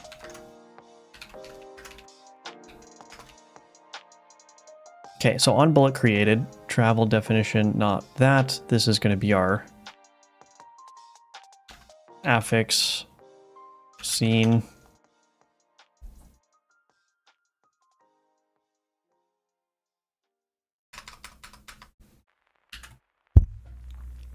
Okay, I think that's the way I'm going to have to do it. And then let's create that chicken affix controller. Seed, new scene. Let's make it a 2D scene. Chicken affix controller. Scenes, game object, bullet.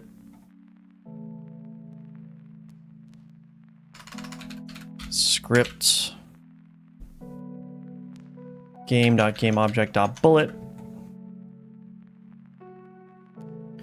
So this needs to be a chicken affix controller here.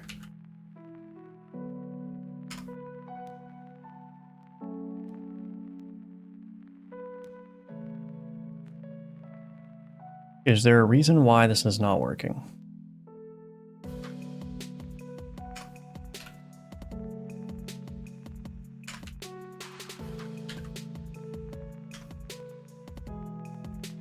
Okay.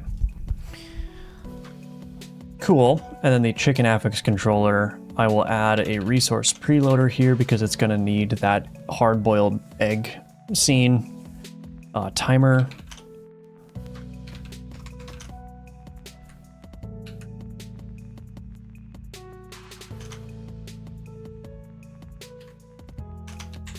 Node private timer. Oh my gosh. Timer. Public override void ready. Timer.timeout plus equals on timer timeout.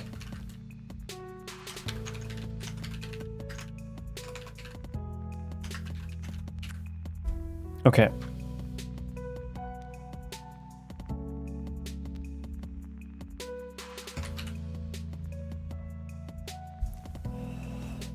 Oh, okay. All right. So on timer timeout, var bullet, well, let's do artillery bullet is equal to resource preloader dot instance scene or null.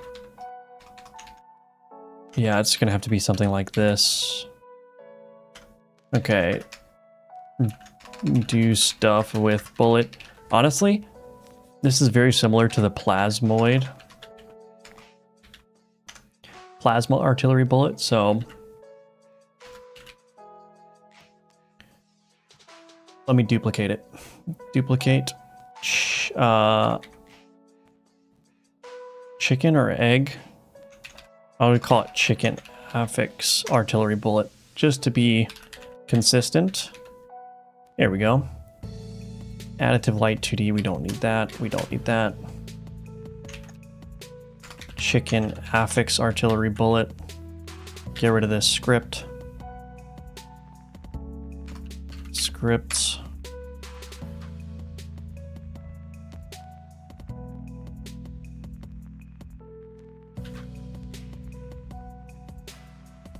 What is going on?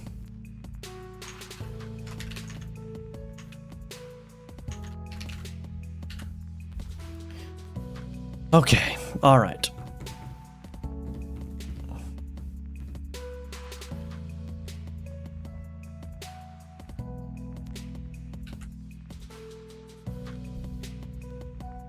Unlock conditions. Defeat lowrider spider a dozen times to unlock carton of hard-boiled eggs. Oh my gosh, that's funny.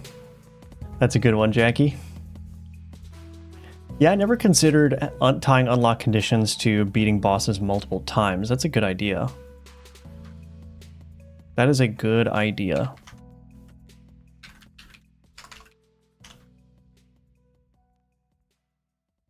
Chicken artillery bullet, chicken affix artillery bullet. Okay.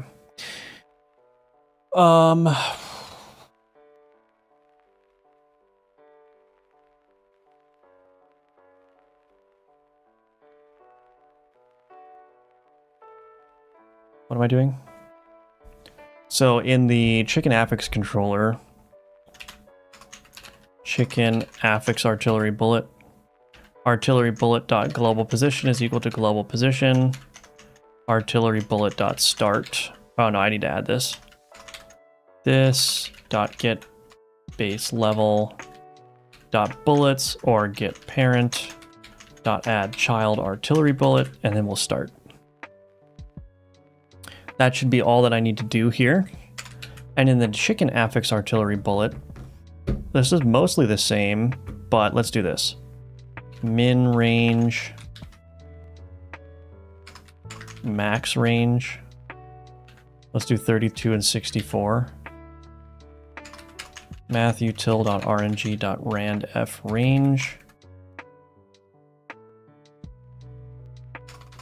Min range, max range. And instead of doing a time, let's do speed.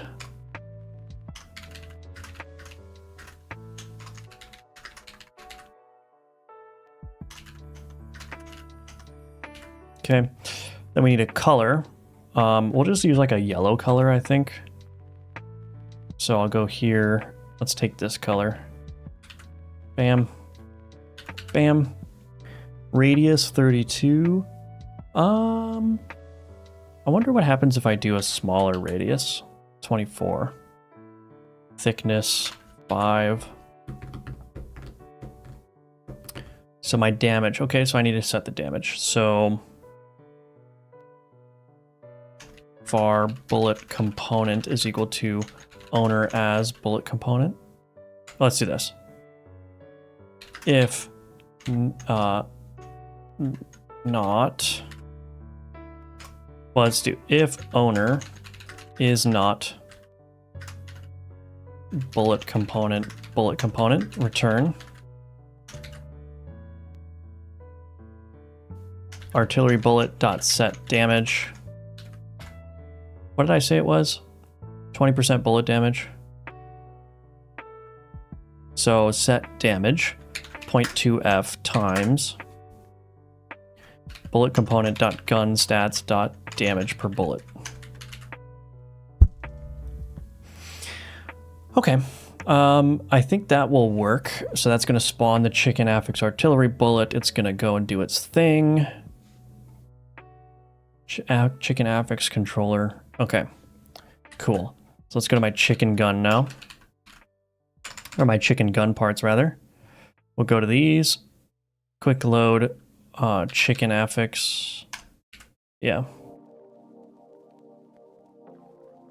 Quick load, chicken.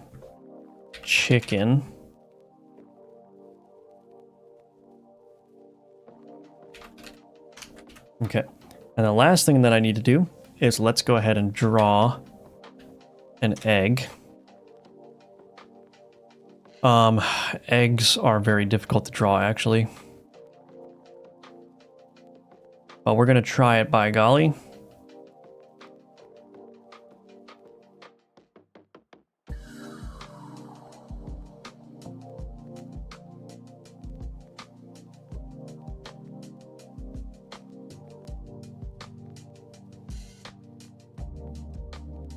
That's not a great looking egg. Okay, let's try it again. Let's try it again. Maybe if I start with that shape and then... that's looking a little bit better, I suppose. No.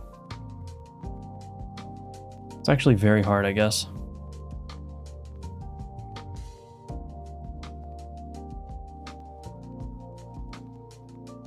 Oh, goodness.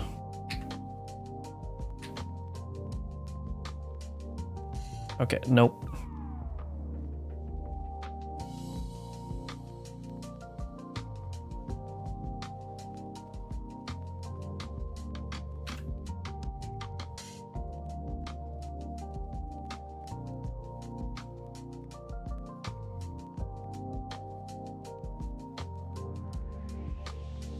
Nope. Why are eggs so hard to draw?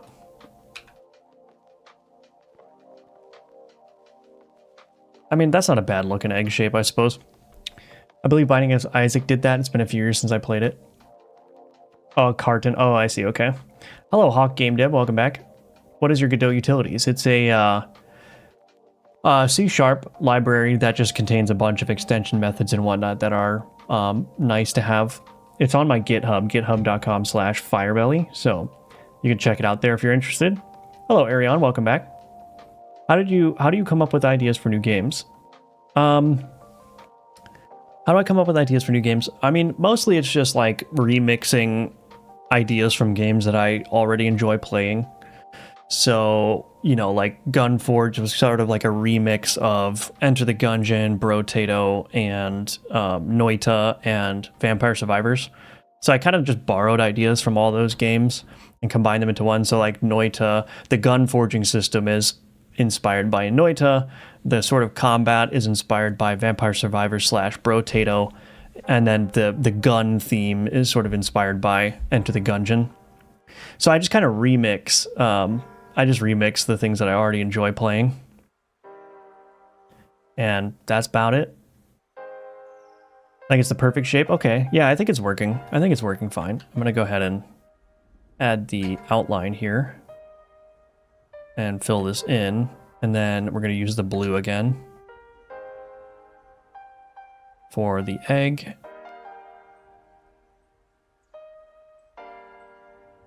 That might be too much. No, actually, I think that's probably fine. Yeah, that looks fine. Cool. Actually, let's see. No, I liked it like this. Okay, perfect. So there's my egg.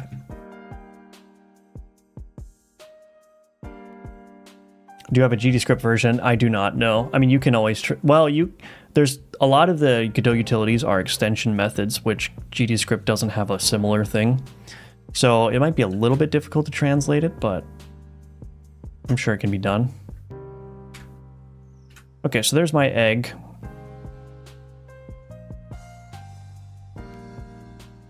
Add child node sprite 2D.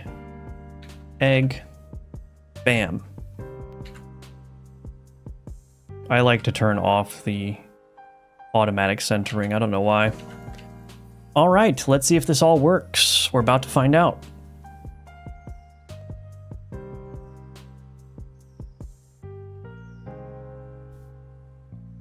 We are about to find out. It's not working. Okay. Why isn't it working? Object reference. Oh, I know why it's not working. I did not put the chicken affix artillery bullet in there. That's why.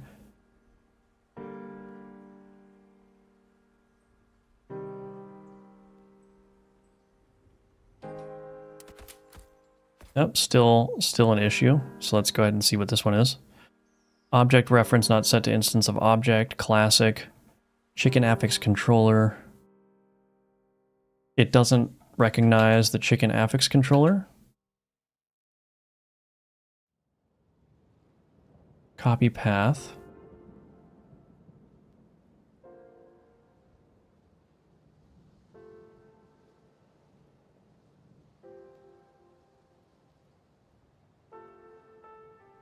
Oh, yeah, wrong path. Okay. That makes sense. Let's try it again. Hello, Emerson. I'm back just in time. Yeah, well, yep, we're just about done here with the chicken affix. Is it still not working?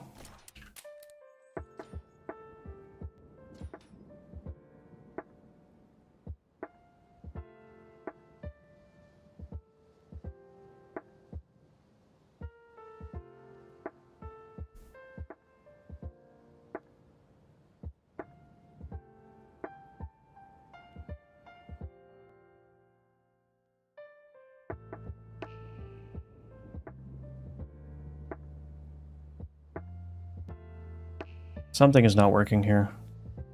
Oh, this is wrong. Get parent. It's not going to have an owner because I'm adding it. So I just need to call get parent instead. Okay. That's what was wrong. All right. It will work one of these days.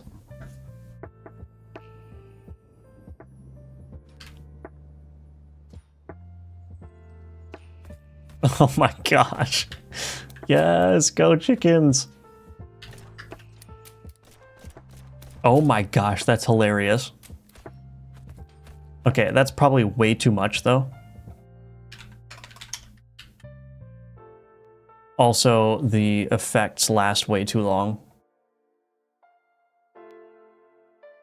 Oh yeah, why is this 0.5? I'm gonna change the plasma artillery bullet as well. Plasma artillery bullet. This is gonna go down to 0.4.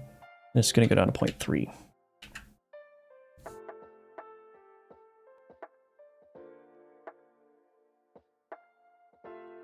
Too unfamiliar. Yeah, because players deep down want. Yeah, I mean, I think. Yeah, the risk of making something truly unique is that it's going to be off-putting to players because it's too alien. And I mean, just examining myself as a player, right? When I get bored of Valheim, my response is not, I've had enough Valheim. My response is usually, dang, I've seen all of the content that Valheim has to offer, and I wish I had more of it, right? So like, I think that there's a huge, like, I don't think there's anything wrong with being an indie game that says, yeah, we're heavily inspired by Valheim, and we basically just have a bunch of unique content, but it's the same formula. Like, as a player, like, that's what I want, you know? I mean, there's a reason why, for example, Call of Duty sells millions of copies every year. It's like, because players just want more of that formula with just new stuff added, right? So, like, borrowing from other games, I think, is not only, like, a fine thing to do, but it's actually an appropriate thing to do. Because, like, you borrow from a game that's already successful, players want more of that kind of game, so make more of that kind of game, right? That's kind of how I think. That looks amazing, thank you. Yeah, it's turning out really good, but I want to try this really quick. Okay, gun chicken left, go. Oh my gosh, that's hilarious. Go chickens. So now I gotta figure out what happens when you have multiple versions of the same chicken affix.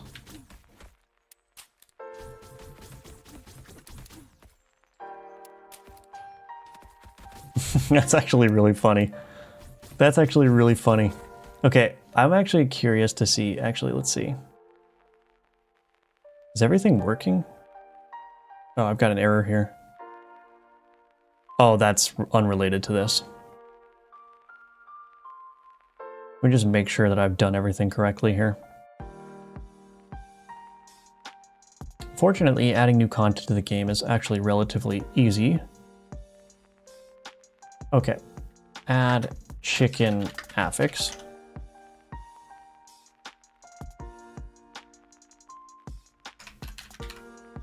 Actually, I want to... Oh, I did turn that out. Wait, okay. I need to make an icon for it.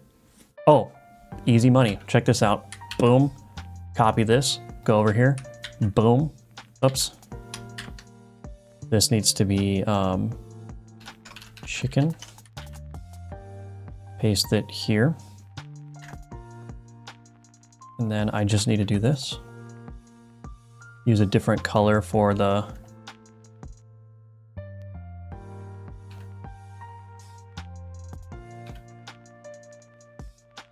And we can just make sure that that looks all right with the reference here.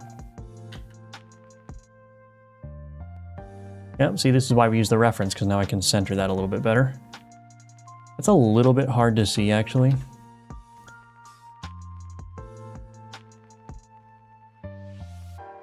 I might just do an outline across the whole thing. Then maybe I'll add these highlights here. Yeah, that looks fine. Cool. All right. Actually,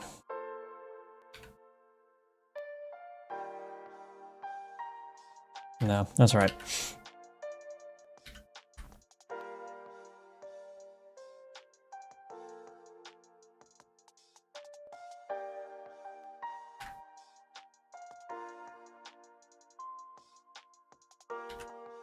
All right, so we got our icon texture there. So that's done. Add icon texture for chicken.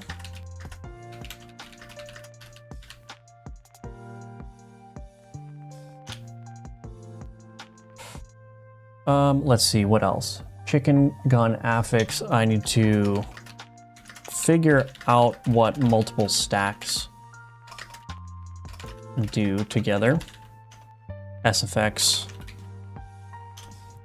Let's do art audio here. Oh, there's so much going on. So much going on. Okay, I want to try this. I want to see what that looks like on a normal gun. Shotgun. I want to just see what this looks like. Quick load chicken. Go eggs, yeah. I've been wondering how you use TRES files as resources. I still don't understand how to use resources in code.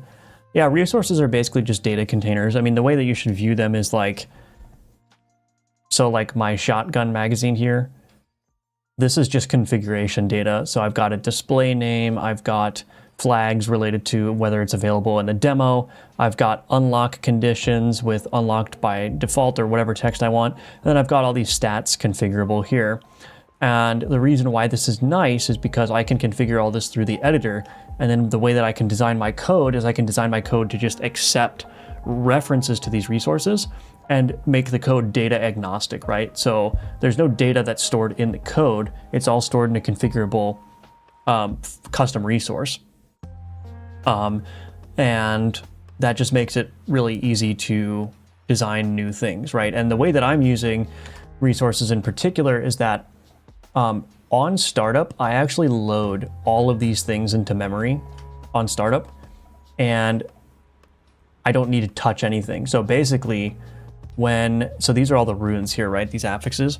When I start up the game, all of these affixes get loaded into the rune loot table. So I don't even need to configure the loot table myself. It just reads from the file system. And because each of these has a loot weight associated with that loot table, it's all configurable. So it just loads up all these into memory at startup, puts them in the loot table in accordance with the configuration that's defined here. I don't need to do anything else. That's it. The only time I need to do extra work is if I say I have an unlock condition here and I write my description, then I need to go and write the code that actually unlocks this thing when that condition is met.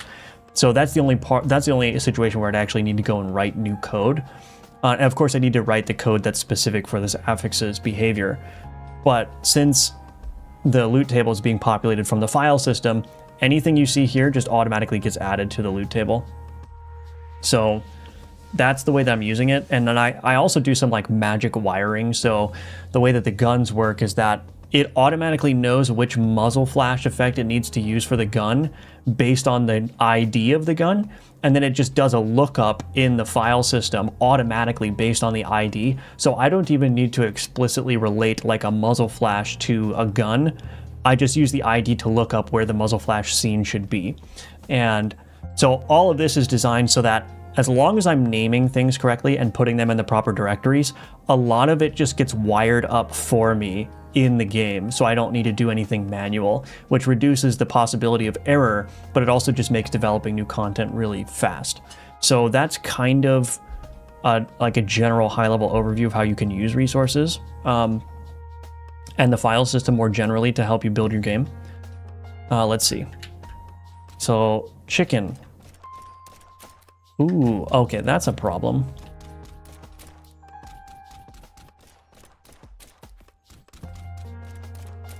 So I'm glad I figured that out.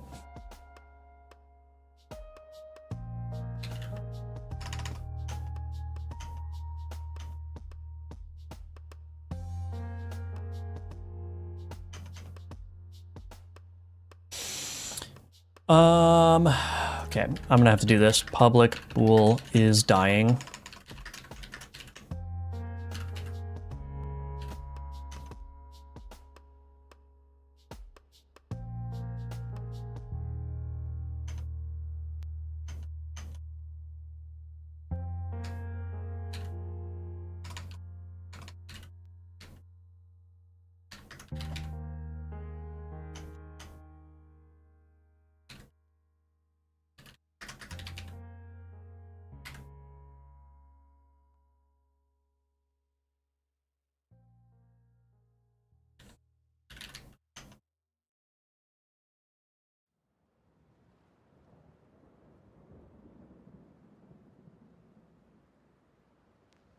I don't understand this.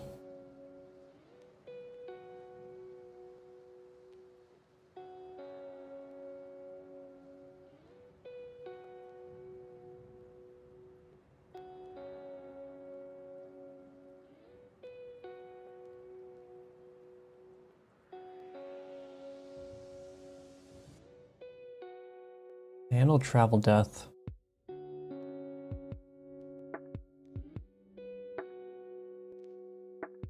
I am not sure. So it's doing handle node death in both cases. So when it dies due to travel distance, the bullet, after it dies related to travel distance, iterates over all of its children nodes. Oh, but why does it call die here? I don't understand. Why would it do that? Why would it do that?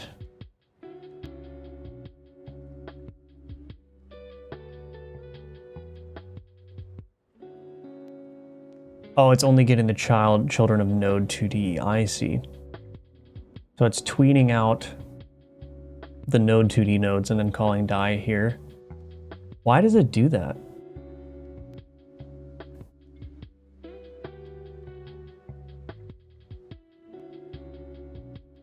All right, well, I probably shouldn't mess with it.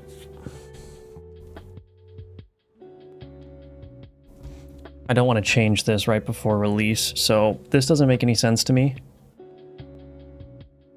But what I'll do is I'll just do is dying or is travel dying.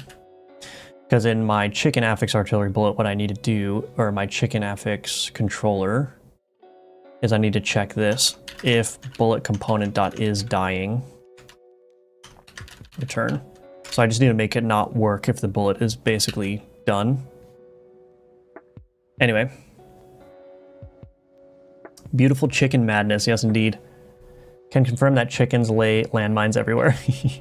Chicken gun looks cool, thank you. Now that you're talking about resources, how will you, if any, manage translations? I need to know that. I am not going to do translations, that's how I'm going to manage it.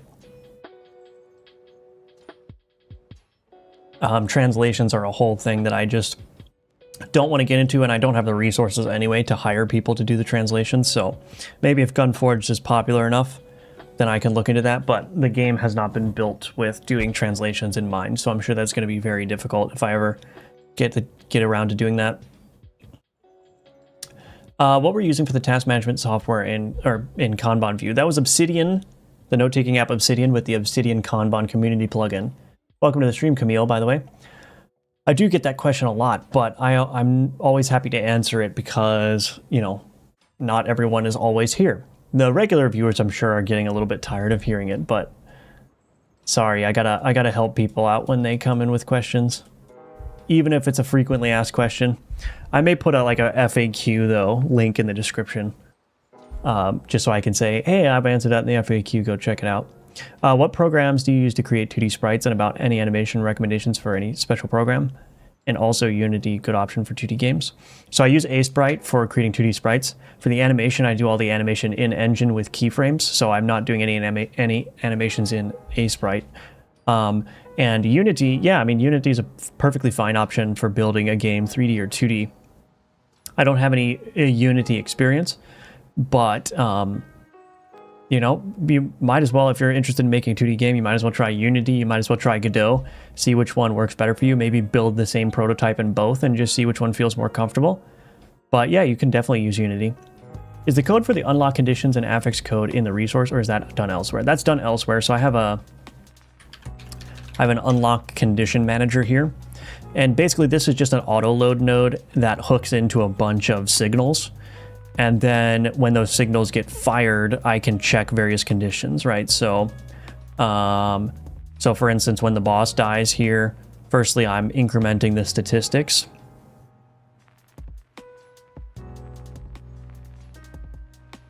And then, which, I don't know, there's a lot of stuff wrong here, but that's fine. But then I also see, you know, I do extra checks here, like, okay, if I defeated the Rat King and my Rat King kills are greater than 0, I can unlock the Rat type. This looks redundant because it is redundant, like, if I've defeated the Rat King, this is guaranteed to be greater than 0, but I figured extra safety. And then, of course, like, when the gold changes, I can check this condition. on level entered. So there are some things that I don't want to be checking all the time. So for instance, like, you know, damage dealt. I don't want to check after every time a player deals damage that this condition has been met, because there would just be a lot of unnecessary checks. So there are some conditions that I check only when you enter the hub level. So after you finish your run and you enter the hub level, that is the trigger that looks at all of these unlock conditions here. And this I usually reserve this for anything that would just do a gratuitous amount of checks, wherein the vast majority of the checks would not succeed. So instead of doing them every time the player deals damage, I just do them when you return to the hub, which is a lot more reasonable, I think. So yeah, that's just how I'm handling it. But I've put all of the unlock conditions in this one file. Just like this file's sole responsibility is to handle all the unlocks in the game. And that's basically it.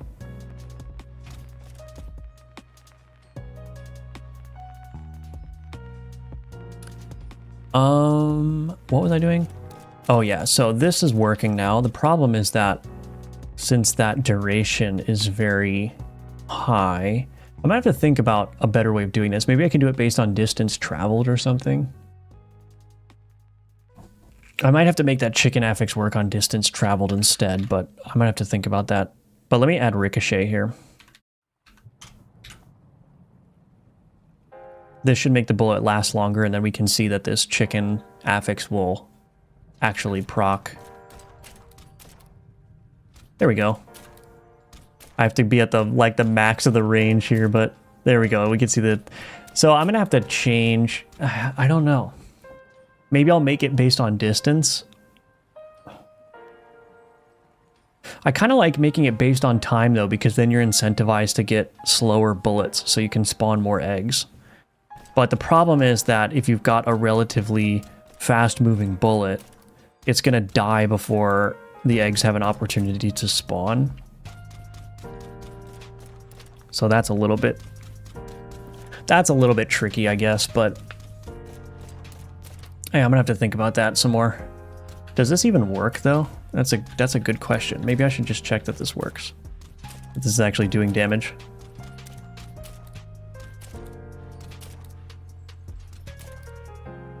I don't know how to get it to hit the training dummies.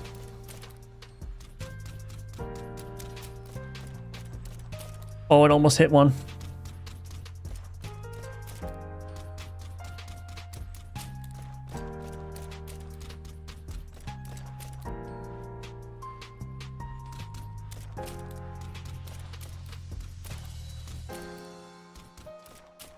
Yeah, I don't know how to make it. I don't know how to test the train. Oh wait, here we go.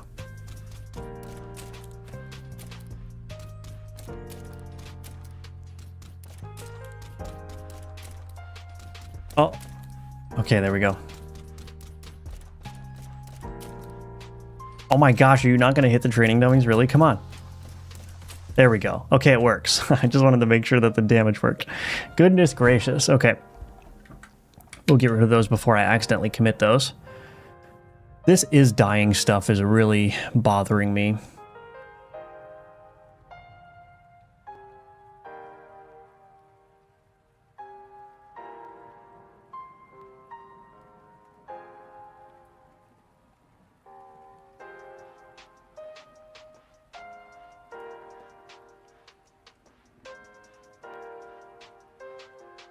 I mean, I guess it's fine. Now that I'm thinking about it, I think it's fine. It's doing a little bit of redundant things, but it's also...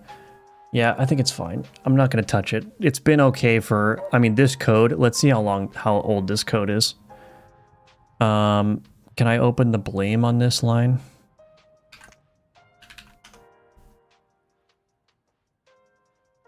Okay, so this line of code was written 2 years ago. Oh, goodness. I mean, there's 20 months ago, 2 years ago.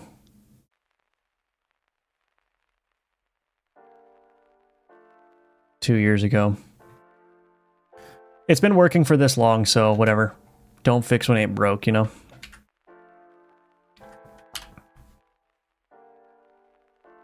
Prevent chicken affix from working on dying bullet. So I still have to do the art for the chicken gun, and I also have to add sound effects, which are going to be really fun. I'm going to find some chicken sound effects.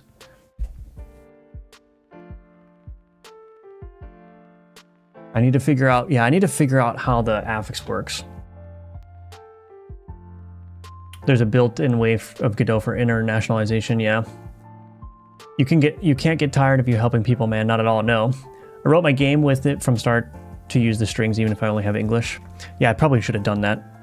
I just came from the video where you go over your tools. I've heard a lot about Obsidian, haven't used it. Although I have used ClickUp. I thought it was a theme on ClickUp I wasn't aware of. Oh yeah, no. You should point out all the software I'm using. I might have to do that, yeah, in the description below. I didn't know it was plugin friendly. I'd give it a shot. Thank you. Yeah, I mean, I think the main draw of using Obsidian is like, look, there are better Kanban apps than what's available in Obsidian, but the thing that's attractive about Obsidian is that it's all the data is local. So I have all the data gets stored in markdown files, and I have that data being backed up nightly to the cloud and also to my network attached storage. So it just gives me peace of mind knowing that, you know, I'm not going to lose all of my tasks and archives if for some reason my account gets deleted on a third-party service or whatever. Or if I don't have internet, you know, I'm kind of set up where if my internet goes out for whatever reason, I can still be productive on Gunforge because I don't need an internet connection for any of the stuff I'm working on, right? So that's a huge thing too. So yeah, I'm just in the mode where I'm trying to get as much control of my data as possible. I even switched off of using like the third party like Google or Apple cloud photos, and I'm using a cloud photo backup that is my own private cloud. So all of my photos get synced from my phone to my network attached storage right there. So I'm not even using the big tech guys for that either. Straightforward approach. Thanks for sharing. You're welcome. It's a rather long-lived project. Yeah, I just looked at it the other day. The first commit that I made was in September of 2020. That was the first commit I made for this game. So a little over 4 years, right? Is the current BG audio from Gunforged? No, that's just some free, royalty-free audio that I'm streaming on a YouTube video in the background. Always have at least a NAS, yes, and not trust cloud services, yeah. I mean, I am using Backblaze to back up the entirety of my NAS to the cloud, but, you know, that's just for redundancy's sake. If my cloud account gets deleted, my NAS will still have the data, right? I'm done with Google Cloud. I have my Unraid server for everything, yeah. Yeah, if you're technically capable, I definitely would recommend that.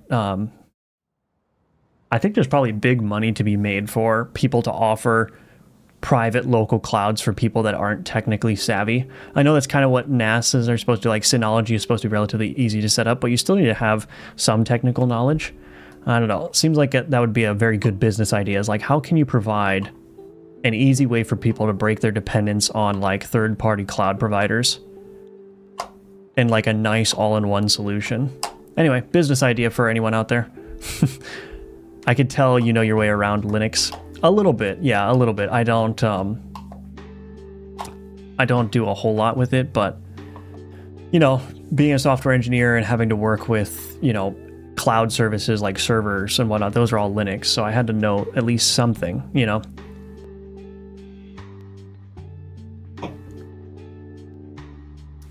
I had to know at least something about it. Is your NAS on Debian? No, it's just a Synology NAS, yeah.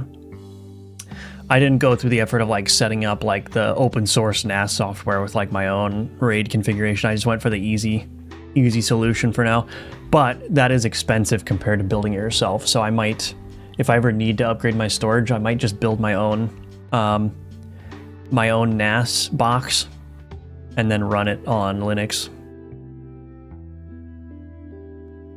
I have Proxmax running NAS and other stuff like media servers. Yeah, I'd love to do that whole thing. I don't have like a media server either, but I would love to have one of those. So I need to figure out what multiple stacks of the chicken does, but I don't know. I might make it based on distance traveled. That might be the best solution. I think I might have to do that, yeah. So make it based on every 100 pixels travel and then reduce it by Yeah, but how would I communicate that to the player?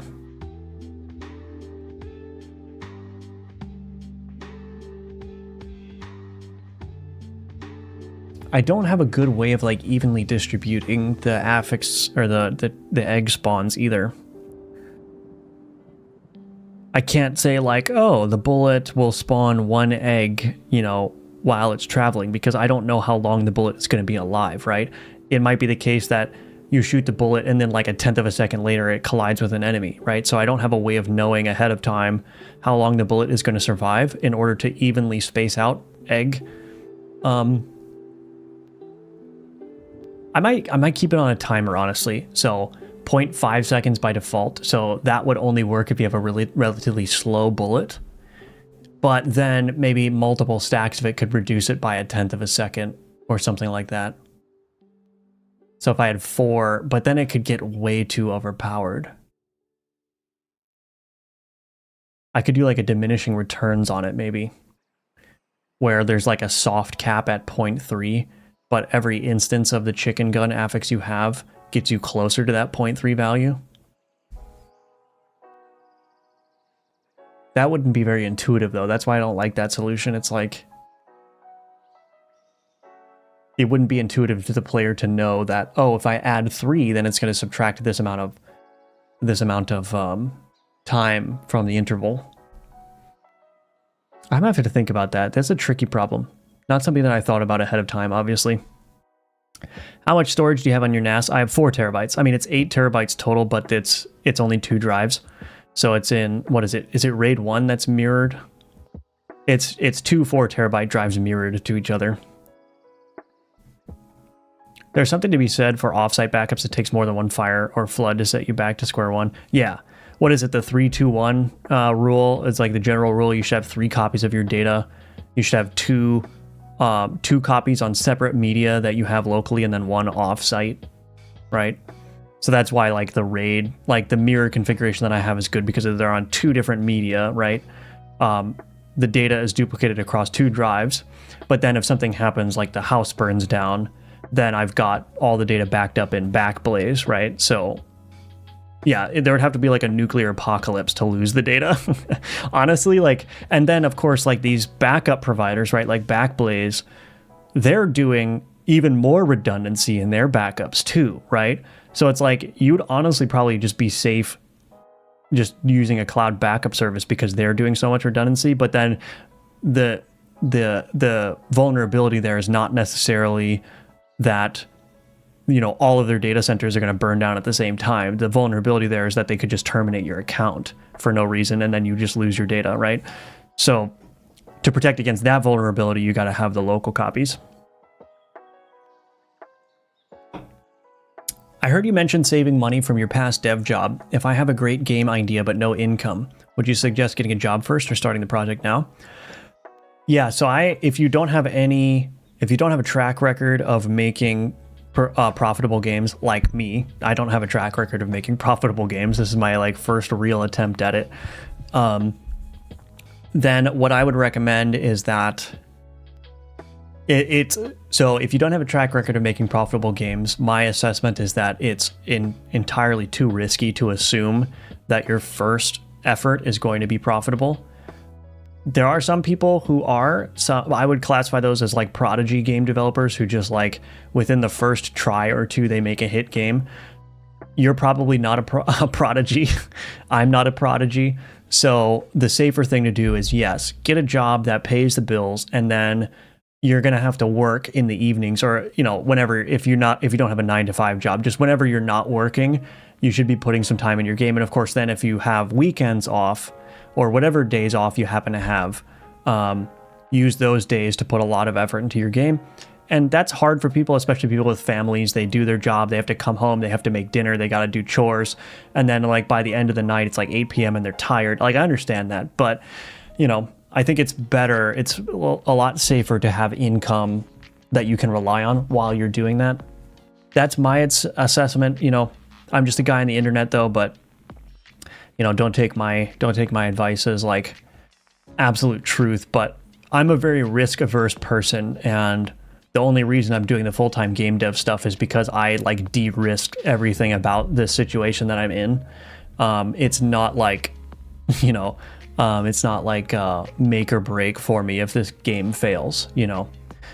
So yeah, do it as a side project, not main income. Yeah.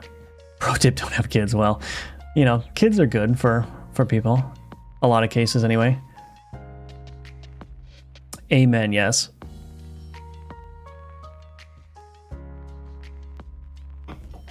Okay, well, that's going to be it for the stream today. I'm going to go get myself some lunch. That was a lot of fun, though. I'm sorry that I'm not going to get to drawing the actual chicken gun on stream, but we'll just say that that's something that you're going to have to find out when you purchase the game. Hint, hint, wink, wink. So definitely check out the links in the description below if you are interested in supporting me. The most important thing you can do is wishlist Gunforged. It's the first link in the description below. Again, Gunforged is releasing on February 17th, which is 3 weeks from Monday, if I'm not mistaken. So it's almost here. It's finally almost done. So yeah, I would definitely appreciate that if you could wishlist it and of course purchase it when it comes out. Otherwise, check out my Udemy courses where I teach you how to build a complete game in the Godot engine. That's also in the description below. And I want to thank you all for your support and for being here. Thank you for chatting. And thank you all for to all the lurkers and VOD watchers out there. I very much appreciate you as well. So anyway, hope you have a good day. I may not be streaming tomorrow because I have an appointment in the morning, but it is possible that I will get home before the typical stream time, in which case I will be able to stream. So hit the notification bell as well to be notified when I'm going live. I may or may not see you tomorrow, so hopefully I do, but if not, I hope you have a great weekend, and I will see you in the next one. All right, bye-bye, everyone.